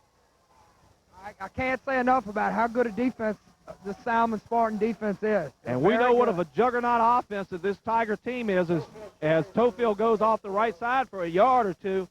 But this offense has been able to score in bunches this year, and so far tonight, aside from the big kickoff return and the one pass, they've kind of held them in check here. We saw Independence pass the test against Kentwood. We saw him pass the test against A-Meat, and this is probably, you know, I hate to say I see a better defense in Kentwood or A-Meat, but Salmon's got a better defense, in my opinion, than either one of those two teams. They're very close, Darrell. Maybe not as quick, but they're a lot bigger and stronger. Well, the word that I like to use for them, and what I heard a lot of the coaches say, they're very disciplined. They don't overreact. They stay in their lanes, and they play well, and they're doing a good job tonight. As Sieber lows left, he's got Williams going deep, lobs it up for him. turned the wrong way. I believe Sieber threw it to the outside. Williams thought it was going to the inside, but that'll bring up a 3rd and 9 there as he just lobbed that one up for him to go get. Tonight's game brought to you by Hi-Ho No. 1 Barbecue in Hammond, located at 2610 West Thomas. Been in business for over 50 years there. Go by and get one of the delicious barbecues. Say hello to Billy and Celeste and all the gang. They've been there for over 50 years in the business, and they're often imitated, but they're never duplicated, Marty. Some of the best eating anywhere. That's Hi-Ho No. 1. Little Billy. 3rd down and a long 8 as Sieber brings them to the line. Tofield is the long setback. Snap taken. They will fake the ball to Tofield. He's being blitzed hard. Gets away from one man. He's not going to get the first down. Dragged down for no gain. So it'll bring up a 4th down for the Tigers. They'll have to punt it away from their own 32-yard line. Tonight's game being brought to you by Travis Amar, attorney at law. Travis Amar is conveniently located at 123 South Oak Street in Hammond. Whether your case is personal injury, real estate, or domestic, it will receive the personal attention you need and the results you deserve at the law offices of Travis R. Amar. Tonight's game also brought to you by Ragusa's Building Supply here in downtown Independence. Go by and check out Charles Ragusa for all your plumbing, electrical, and construction needs. Weatherford is set back to punt the football. He stands at his own 22-yard line, set to punt it away. Back deep to receive is Fontenot. Kick is up, and a nice high kick angled away from Fontenot. And the ball will bounce out of bounds at about the 33-yard line. There's a flag down back by the kicker. This could be a roughing call. And if this gets Independence a first down, it will be another big break for him as Salmen shoots himself in the foot once again, and that will be the call, roughing, and give Independence Tigers another first down. Coach Stubbs for Salmen is livid on the sidelines. Well, Independence getting 2 big breaks in the 3rd quarter, and they just got another one. So Salmen trying to be a little too aggressive, Darrell. And Independence picks up the first down as they get the ball across the 50-yard line. And your defense comes out and shuts down the Tigers' offense there as they turn the ball over on 4th down. And 2 times they have given Independence a first down via the penalty. And they have the ball first down at the Salmen 49-yard lines. The Tigers need to come up with some offense here to try to put this Salmen team a little further in the hole as they lead it by 7 with 3:21 to go in the 3rd quarter. Sieber turns, hands the Tofield off the left side. He's hitting the backfield as there was a host of Salmen Spartans there, led by number 57, Tim Smith, as he had penetration on the backfield. Well, Darrell, we talk about the Salmen defense, and you hit it right on the head. They always seem to be in the right spots at the right times. They don't make a mistake. They're not going to beat themselves. They play very good defense, and they read the correct keys. And that time they came through the hole and dropped Tofield for a 5-yard loss, so it looked like it might be back to the air for Antron Sieber here. Clock ticking down late in the 3rd quarter. And a flag flies, and I'm not sure what this call could be unless somebody lined up offsides. Offside, Tigers. And that was the call, as it looked like the wide receiver lined up offside, so it'll put them back for a 2nd and 20. Right now the Tigers going in the wrong direction. The only way they're moving forward is via the Salmen penalty. And Darrell, we talked about what a defensive struggle it would be, and it's lived up to that, as both defenses have simply dominated this game tonight. It's been a great football game to this point tonight as Sieber brings them up 2nd and 20. Fakes the ball to Tofield. They're blitzing once again. Sieber throws the out pattern to Albritton on a line, and the young man has completed that pass time after time all year, and they go to it once again, and it'll bring up a 3rd and 5 as Albritton corralled it at the 44-yard line. That's just another good play by Sieber as he rolled out to his right, and Albritton ran a 10-yard out pattern, and he hit him right on the money. So a crucial 2nd down play, bringing up a more attainable 3rd down play, 3rd and 5. And in the area of the field, it might be 2-down territory for them also if it's a close 4th down. But that time, Salmen had the penetration and put the heat on Sieber, but he stood in the pocket and drilled the pass to Albritton and brings up a 3rd and 5. Lionel Joseph to the top half of your screen, Williams to the bottom. Big Antron Courtney in the slot. As they bring it to Tofield off the left side, pounds down and will come up about 2 yards short of the first down. He'll bring up 4th and a short 2. Decision time for Coach Baggs. We got 4th down and 3. It looks like the Tigers will go for it here as they send Antron Sieber back onto the field. Big play here with only 1:15 to go in the third quarter. This could be the turning point for the Tigers if they can get it here. And they may just be in there to try to draw them off sides, Darrell. They go with the power backfield, everybody inside the lanes. They turn and hand to Tofield, and he's going to be stopped way short of the first down. And the Salmen defense steps up and stuffs Tofield in the backfield. So they will take over first down at the 43-yard line. And that right there is a good defensive stand by the Spartans, and that's going to give them a little momentum, Darrell, as they were besieged by penalties, and then they make a great defensive stand. So they get the ball back on their own 43-yard line in good field position. And the call for the Tigers had to be one where you know your defense is playing well, and they've stopped them all night long. So even if you give up the ball on their side of the field, you feel like you're doing pretty good. Parkman under center once again. He will hand to Kuzan off the right side, and Antoine Smith drills him in the backfield, fought off the blocker, and stuffed him for a 3-yard loss. Well, we talked about Salmon's defense, but we're going to talk about Independence defense, as they have played just as good, if not better, than Salmen has defensively. And Antoine Smith and McLean are a fine set of linebackers, and tonight doing the job. Windy, chilly night here in Tigertown. Independence leads at 15-8 as the clock ticks down inside 30 seconds in the third quarter. Salmen comes out 2nd and 12. I formation as Parkman, your quarterback, surveys the scene. 2 receivers to the bottom half.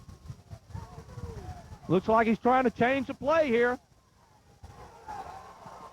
And we might have got a little movement there on the Salmen line, and that'll back them up 5 yards. And you can see the confidence building in this Independence defense. And that is building, Darrell. Tonight's game being brought to you by Big Daddy's Fried Chicken on Highway 51 next to the Exxon station. They have chicken dinners, home-style onion rings, fried okra, corn on the cob, apple pies, spicy fried, stuffed jalapenos. They have it all. Hamburger po' boys, muffaladas, barbecue rib dinners. And for all your special occasions such as Christmas and Thanksgiving, don't forget those deep-fried turkeys. You got to get your orders in early. That's 878-2131, Big Daddy's Fried Chicken. And that'll be the end of the third quarter. No scoring in the third quarter. The Tigers still lead at 15-8 as they have started the clock there. And we see the 4 fingers going up by the Tigers. They know it all comes down to the fourth quarter.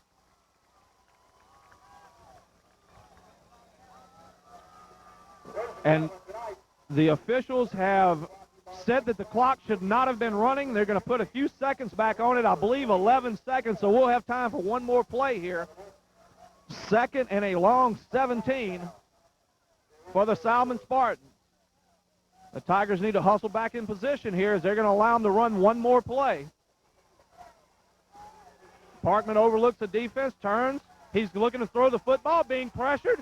McLean chasing him to the outside and will smother him down for about a 2-yard gain. McLean all over the field tonight as we see the big man, Don Drake, getting up slowly. But I tell you what, he's got up slowly all night long, but the kid's got a lot of heart. He's hung in there and played well all night long. He surely has, as well as that whole defense for Independence. So that's the end of the third quarter with your score. Going into the fourth, Independence 15 and Salmen 8.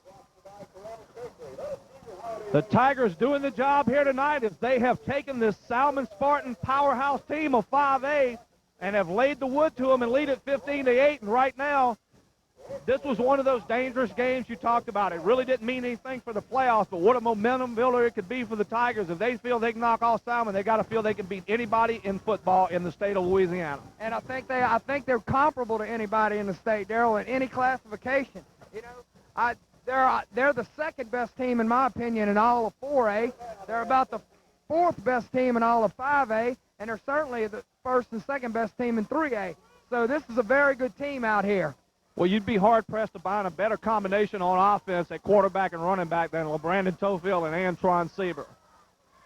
So start of the fourth quarter. They have switched ends of the field. 3rd down and 15. As Parkman lines them up here, 1 receiver to the high side and 1 to the low. Albritton man-to-man at the bottom.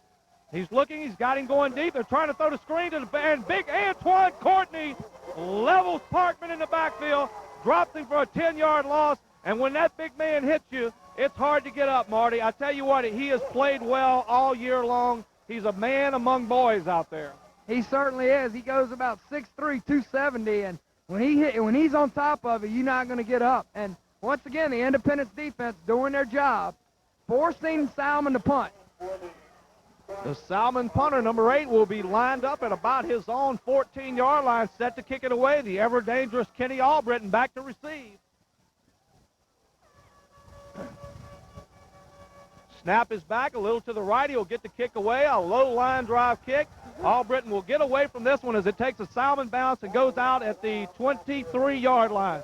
So the Tigers take over on offense for their first possession in the fourth quarter, leading this one 15-8. Tonight's game being brought to you by Travis Amar, attorney at law. Travis Amar is conveniently located at 123 South Oak Street in Hammond. Whether your case is personal injury, real estate, or domestic, it will receive the personal attention you need and the results you deserve at the law offices of Travis R. Amar. Tonight's game also being brought to you by Big Daddy's Fried Chicken, located Highway 51 North in Independence, next to the Exxon station. For all your special occasions, don't forget those deep-fried turkeys at Big Daddy's Fried Chicken. First down and 10. Sieber under center will hand to Tofield off tackle as he just grinds it out for about a 2 or 3 yard gain. Hit hard down there by a host of Spartans. And right now this has been a back and forth game, and if somehow Independence can get one more big play on the board, I believe they can give them the knockout punch here as they have the Spartans kind of staggering. The Spartans got to be wondering if they can put anything together on offense against this Independence defense. We talked about the Spartan defense all night long being highly touted, but the Independence defense has played extremely well tonight, has done the job all night long. Take away the one big turnover where the offense got the ball on the 20-yard line. They haven't given up much. Two receivers, Williams to the high, Albritton to the low. They will turn and hand the ball or fake the handoff to Tofield. Sieber tries to get to the outside, and there's nothing there, and he fumbles the ball, but alertly Tofield recovers. And that's just a nice hustle by Tofield, being alert enough to fall on that fumble. And so we have another penalty down, and we'll see what it is. We have a couple men down as the trainers run out on the field. And that was LeBrandon Tofield getting up slowly for the Tigers. And there is a man down for the Spartans, and I'm not sure what the flag is, and as we hear them, the roar comes to the Independence sideline. It will be a personal foul against the Spartans as they hand them back 3rd and long, and they will get the penalty and bring it out to the 35-yard line, giving Independence another first down via the penalty. Well, what happened when Tofield dove on the ball, Darrell, a Salmen Spartan dove on top of him and speared him, and that, of course, that's a personal foul. So that's going to Independence, once again, getting all the breaks in the second half. And a sigh of relief comes from a collective sigh of relief from the Independence sidelines. LeBrandon Tofield got up because you cannot afford an injury here as you're fixing to make the run for the big ring, the big cheese down in the dome. Everyone wants to go to the big party, and I think Independence will be there come December. Fakes the ball to hand off once again to Tofield. The blitz coming. Sieber throws the out pattern off the hands of Albritton as that one floated a little bit to the outside, had him open there, bringing up 2nd and 10, so a nice play there. But once again, the Spartan defense putting the pressure on Sieber. Well, that was big number 90. We don't have his name, but he's not in the playbook, but he's been all over the field tonight, and he just rumbled in there, and Sieber did a nice job of escaping him, and Albritton could not come up with the reception. And I don't know about that, Marty. I think he is in the playbook. He's just not in our program because he's been on a lot of plays tonight doing a fine job there. And that young man stands about 6'5" or 6'6". Big guy there for the Spartan defense. 2nd and 10 for this Tiger offense. They've kind of sputtered here in the second half, but they need to get something together there. Hands to Tofield once again on the delay, and he's hit hard at the line of scrimmage for no gain or maybe a loss of 1, bringing up 3rd down and 11. The Tigers just can't seem to get anything going on offense here. 3rd down and 11 it will bring up as Seeger tries to the sideline to get the play. Obvious, again, got to be a passing situation where they've had some success, but in the second half, the Spartans have had a little better coverage as they've gotten some safety help on the side that Fontenot's trying to guard Albritton deep. They've done a nice job, you're right, in the second half adjusting, Darrell, as the cornerbacks have really played Williams and Albritton tight. Rolling right, pressure's on. Sieber rolls up, go over the middle to Williams, way overthrown there. He was well covered once again, though, as they forced him with the blitz. And the Spartans have figured out, hey, we've got to blitz this guy. If we give him time, he's going to kill us. So with 9:08 to go in the fourth quarter and down 7, the Spartans will get the ball back as they will receive the punt here on fourth down. And Weatherford will be back to punt, and he has boomed a lot of punts tonight, so we'll see where Fontenot will set up to catch this one at about his own 25-yard line. Weatherford to punch the Tigers. Fontenot is to receive for the Salmen Spartans. Weatherford stands at his own 20-yard line. Set to receive the snap. He has it, a low snap. Punt is up and away as it was pressured. A low line drive kick. Ball takes one hop and well covered down there by Otto Bonds. So Salmen Spartans will take over with under 9 minutes to go here. They have the ball once again at their own 26-yard line. And this Tiger defense has done it play after play tonight. And they'll need to step up a couple more times if they're going to win this football game. It's getting late in the game, Darrell, and both defenses have dominated, and barring a big play, I don't know how anybody's going to be able to score the way these defenses have played up to this point. Going to be hard to see either team marching a sustained drive down the field here with these two defenses. Parkman under center once again will turn and hand the ball to Robinson, the fullback, who they have lined up now as the tailback. He picks up about 2 or 3 yards there, bringing up second and a long 7. You could not have asked for a better football game here on a Thursday night in Independence. The stands are packed. It's a little chilly. But when it's game time, we strap up the boots and come to play with the best of them, and we're here tonight to bring this game to you. Now, what a ball game it is.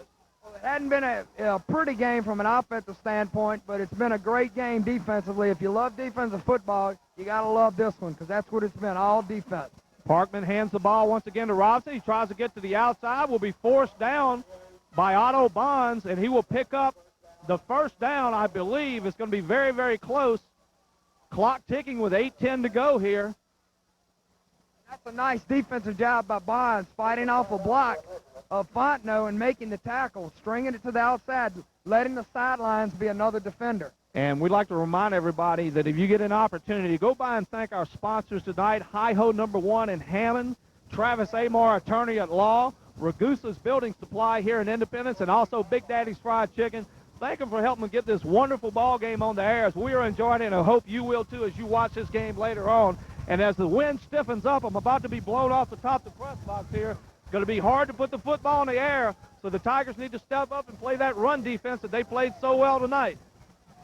Parkman under the center, once again hands to the fullback and hit hard by Courtney and also McLean as they will only pick up a yard there.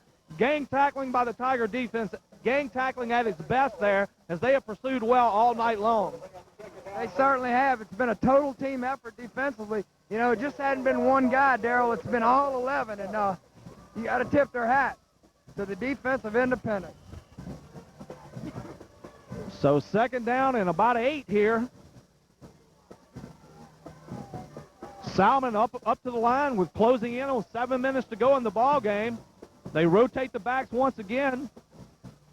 They will run the option to the right side. Parkman on the keeper, and once again, that's Derek Hunter. The Tigers stay in their lanes, force the ball to be kept by the quarterback, and they put him down for about a 1-yard gain, maybe 2. It'll bring up 3rd and 6.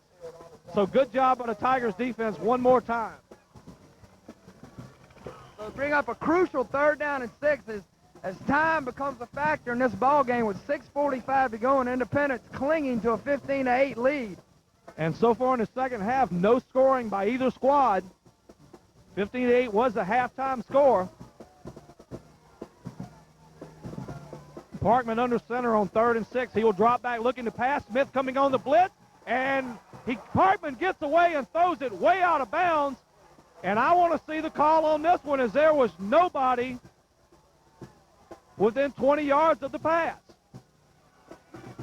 And a Tiger is down, and that might be Antoine. No, it's not Antoine Smith. A injured Tiger on the field there. And Marty, he just dropped back and threw it clear over into the bleachers, and there wasn't anybody even on that side of the field. I don't know how they don't make that call. I think the ruling is if you have a receiver, well, with the receiver on the other end was like you said, was clearly 20 yards away, but I don't think they call it if you throw it out of bounds. I'm not sure, but I don't think. And much like you see in the NFL, if you throw it out of bounds, I think it's okay. So that was Antoine Courtney that was down. He is up and coming off the field under his own power, a good sign for the Tigers. But it brings up a 4th and 5, and it looks like Salmen will elect to punt this one away. And with 6:22 to go, the Tigers will get the football back. And if for some reason they can put together 2 or 3 first downs here and work this clock, this could be a big series for the Tiger offense. Well, I don't think either team, aside from the penalties, I think Salmon's picked up 1 first down in the second half, Darrell. And either team, aside from the penalties, has not been able to move the ball at all. I'm not sure if Independence has any first downs that They were don't. not penalty aided here in the second half. So neither team offensively can get it going. But when you have the kind of talent that the Tigers have, you know at any time they can send it the length of the field.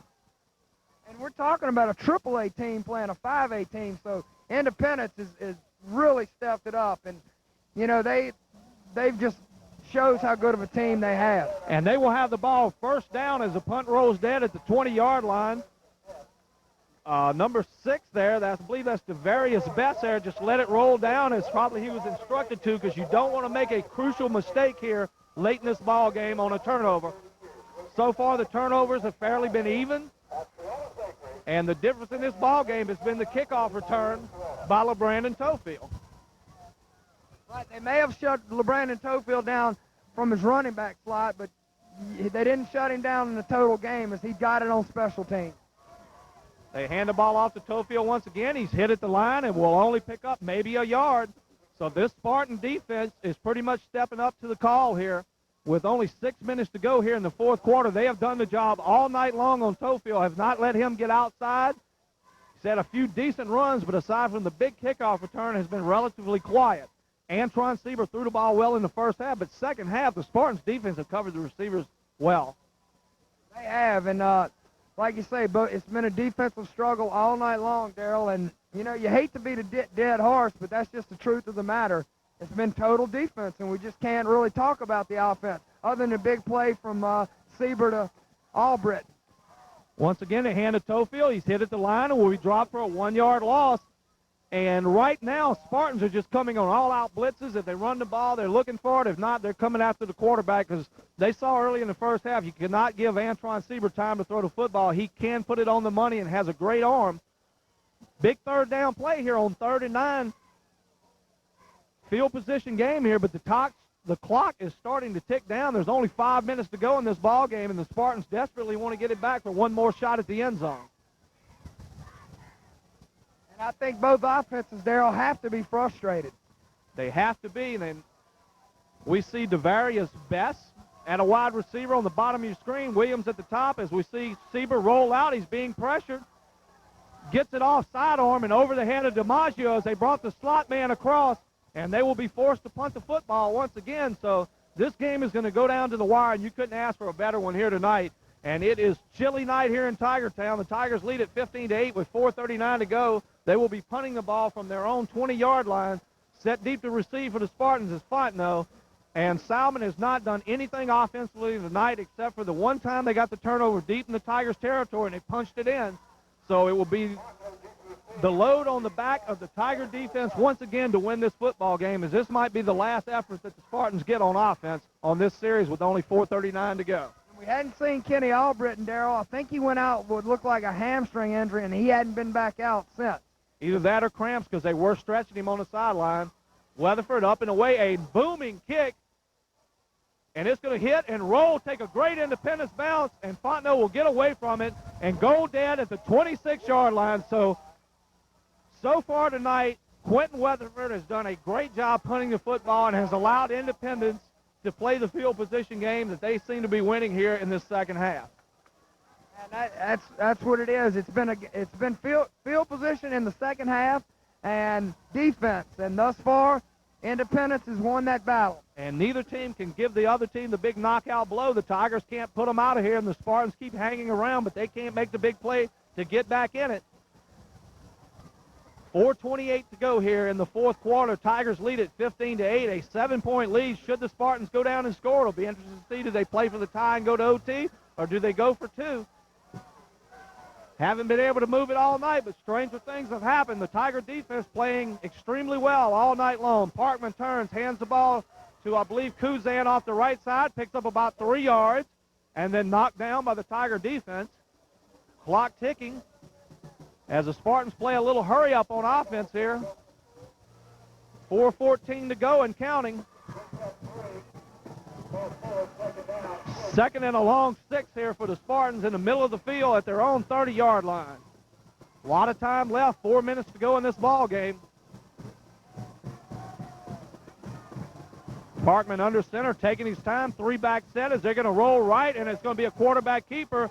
And Antoine Smith was not fooled as he rolled him down. They picked up about 2, bringing up a 3rd and 3, so nice job there by the Tigers, recognizing that strange formation out of the Spartans' backfield. That was a quarterback keeper all the way, and Parkman picked up about 4, so it'll be a 3rd down and a long 3 for Salmen. Clock ticking, under 3.5 minutes to go, and they're running the football, and I'm just not sure at 3 yards a pop they can get it down the field with this clock, although they do have their timeouts left. Same set as Parkman rolls to the right. This time he hands it off up the middle. Big hole. One man to beat. Lionel Joseph runs him down and tackles him at the 36-yard line. Touchdown saving tackle by Lionel Joseph, but a big play by the Spartans offense as they busted up the middle for about 30 yards. And right there, you know, they keep pounding up the middle, and they just got that one big break, and it got a little seam, and number 34, Corey Hurt, busted up the middle in Independence territory.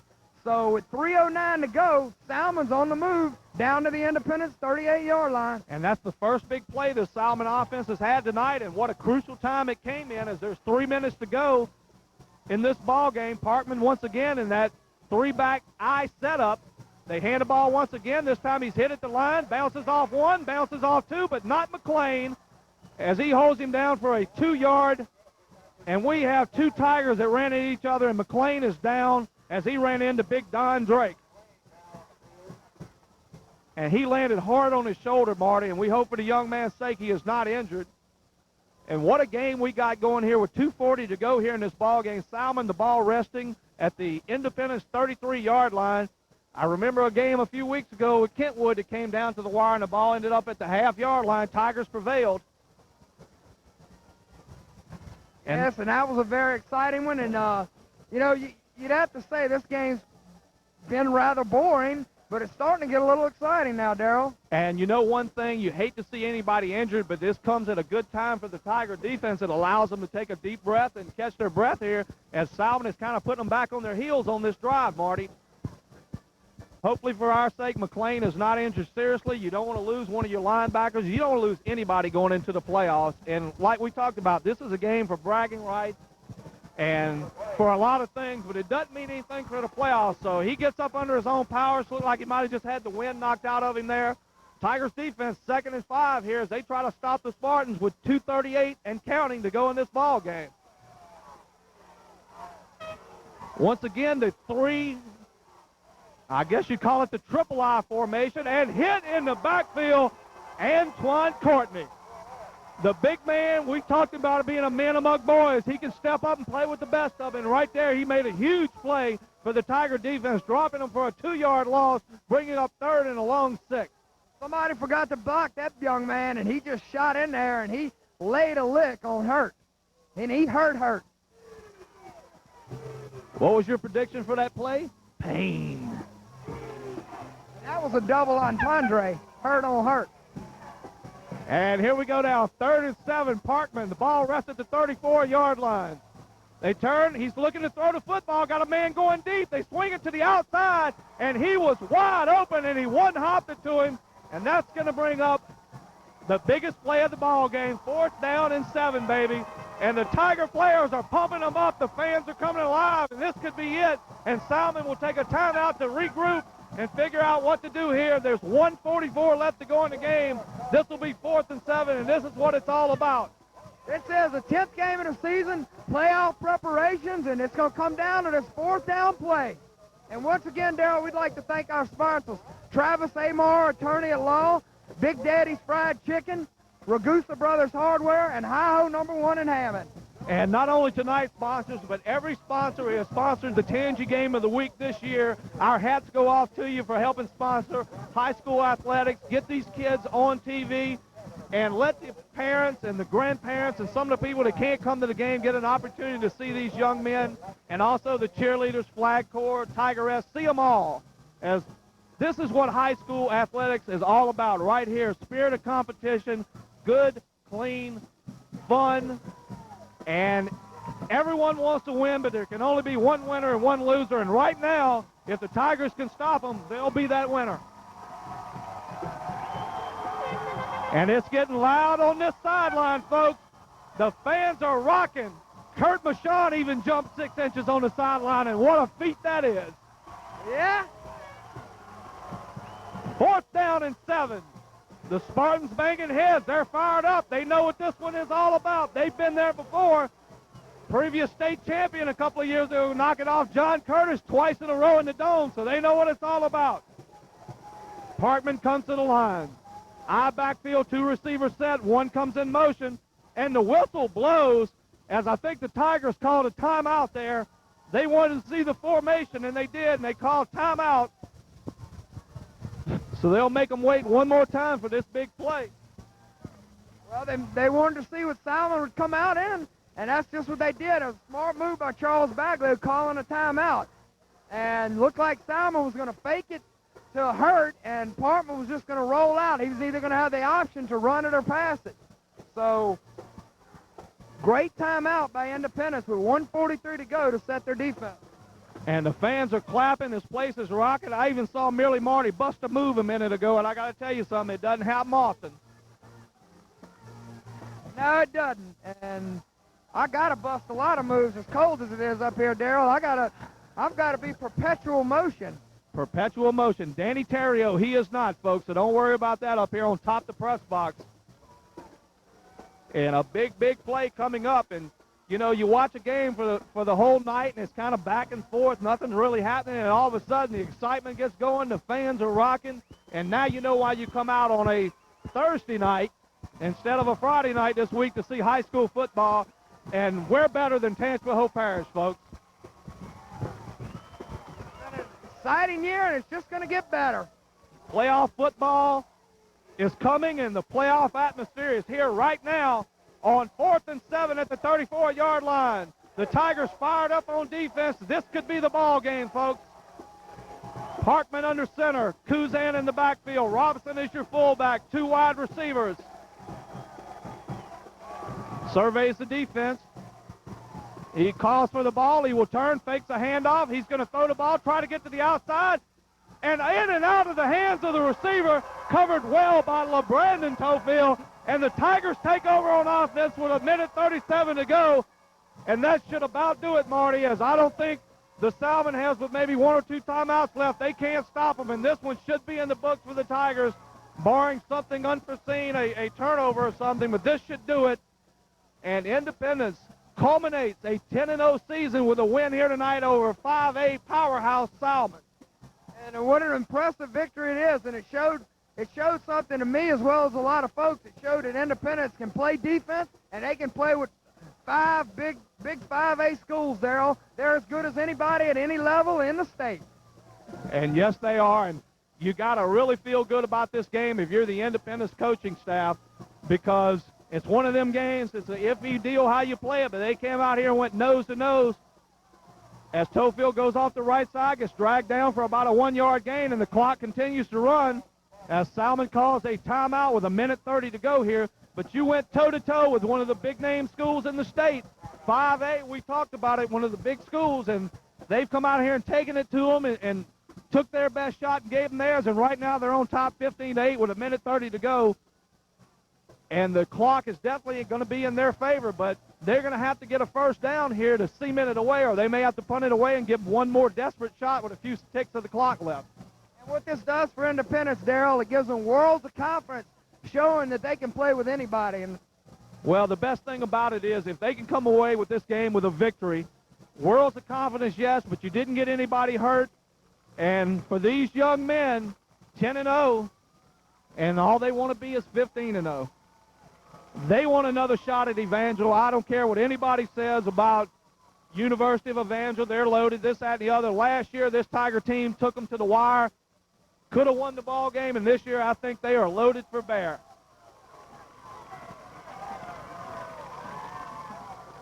So 2nd down and 9. Tigers come to the line. Minute 30 to go here. And look for them to hand the ball off to LeBrandon Tofield. Just try to drive this Salmen team off the line here. Everybody's in the box. And it is Tofield off the right side, hitting the backfield, drives forward. Ball comes loose, but it had been blown down.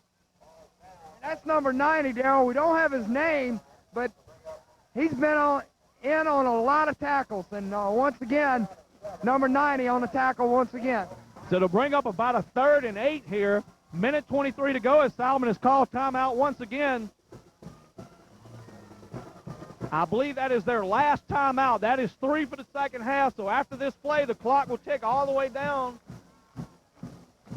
before the Tigers will have to punt it away if they don't get the first down. If they can get the first down here, that's going to do it.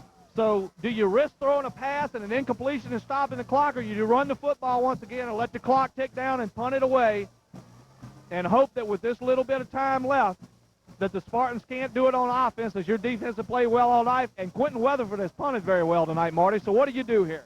I think you run it once again and let some of this time tick off and then turn it back over to your defense as they have answered the call time and time again tonight. Would not be surprised to see maybe Seaver on a rollout and just probably keep the ball. Maybe he can get it to the outside and get a first down. Maybe he can't there. Williams to the high side. Albritton to the low side. Tofield as the lone setback. Salmen will be coming with everything they got as they know they got to stop them here. First down would mean ball game for the Tigers. Seaver takes a step, hands to Tofield, got a seam, picks up about 3 or 4 and out to the 40-yard line. So they will put the emphasis on Weatherford to punt the football, and the clock will tick. And it is now down to under a minute 10 here to go, and they will punt this one away. And it will all fall down to the Tigers' defense. They've done it time after time tonight, and they'll have to do it one more time as the clock is now under a minute to go. You don't want to get a block punt here, Darrell, as Salmen has been awful close on the last 2 punting attempts, so you're going to have a safe punt here and do not let them block the punt. And I'm sure they've told Mr. Weatherford, get it away quickly, as there is less than 40 seconds to go, so they won't have much time to work with here. As the Tigers call a timeout with 34 seconds to go here and will set up the big punt play. They cannot afford a big return or a block kick here. Aside from that, I don't think if Salmen gets the ball the way we see him throw the ball that they can go down the field in less than 30 seconds and score on this Tigers defense. That was another smart move by the Independence coaching staff, taking the timeout, making sure everybody's well aware of what's going on. You can't afford to have a block punt, and you want to make sure you have good coverage. And what a tremendous ball game we've seen here tonight, folks. 34 seconds to go here. The Tigers lead it 15-8 in a scoreless second half.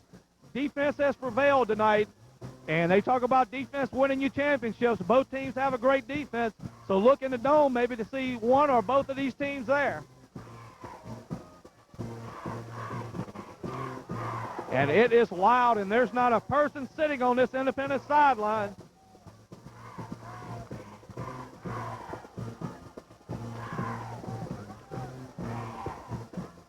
Courtney the snap, nice snap. He gets it away, a low line drive kick, but that's okay. The key was get it away. Fontenot picks it up at the 14, and he is surrounded by Tigers. Will get a little bit to the outside and hit hard there by Charles Tofield, driven out of bounds at the 22-yard line. Only 19 seconds to go in this ball game, and the Tigers seem to have it well in hand.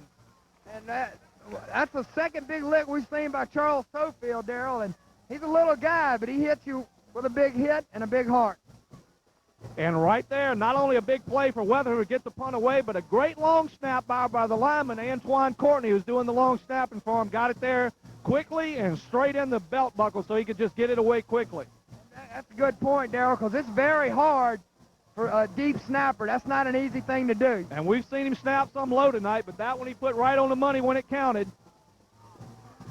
Tigers back in the 7 defensive backs here. I guess you'd call it the quarter package as they complete a pass in the middle of the field, but without a timeout, they might not get another playoff. We'll stop to move the chains, 12 seconds to go here. And Independence has just got to send everybody back deep here. They might get 1 or 2 more plays off, and that's going to do it as the clock does stop to move the chains. 11:10 to go. They snap it to Parkman.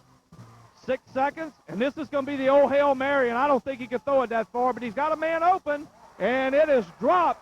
And I tell you what, folks, if he catches the ball, he might have scored, but he didn't, and the Tigers win it 15-8. A marvelous performance here. And I got to tell you something, folks. You come into this game wondering about how good this Tiger team is, well, now you know. And you do know that they can play with anybody, and a great victory for Independence, but this is all for naught as the real season begins next week, and we'll be here in Tiger Stadium next week as Independence hosts the wild card as they make their run to the Superdome. So for Darrell Smith and Catfish Phil, I'm Marty Morgan saying goodbye from Independence with your final score, Independence 15 and Salmen 8. Law enforcement officer. I sure did. I think that was my job, and I think that is precisely the role that gives. It's soggy throughout the middle. It is very, very muddy here tonight, and so tonight, but both teams got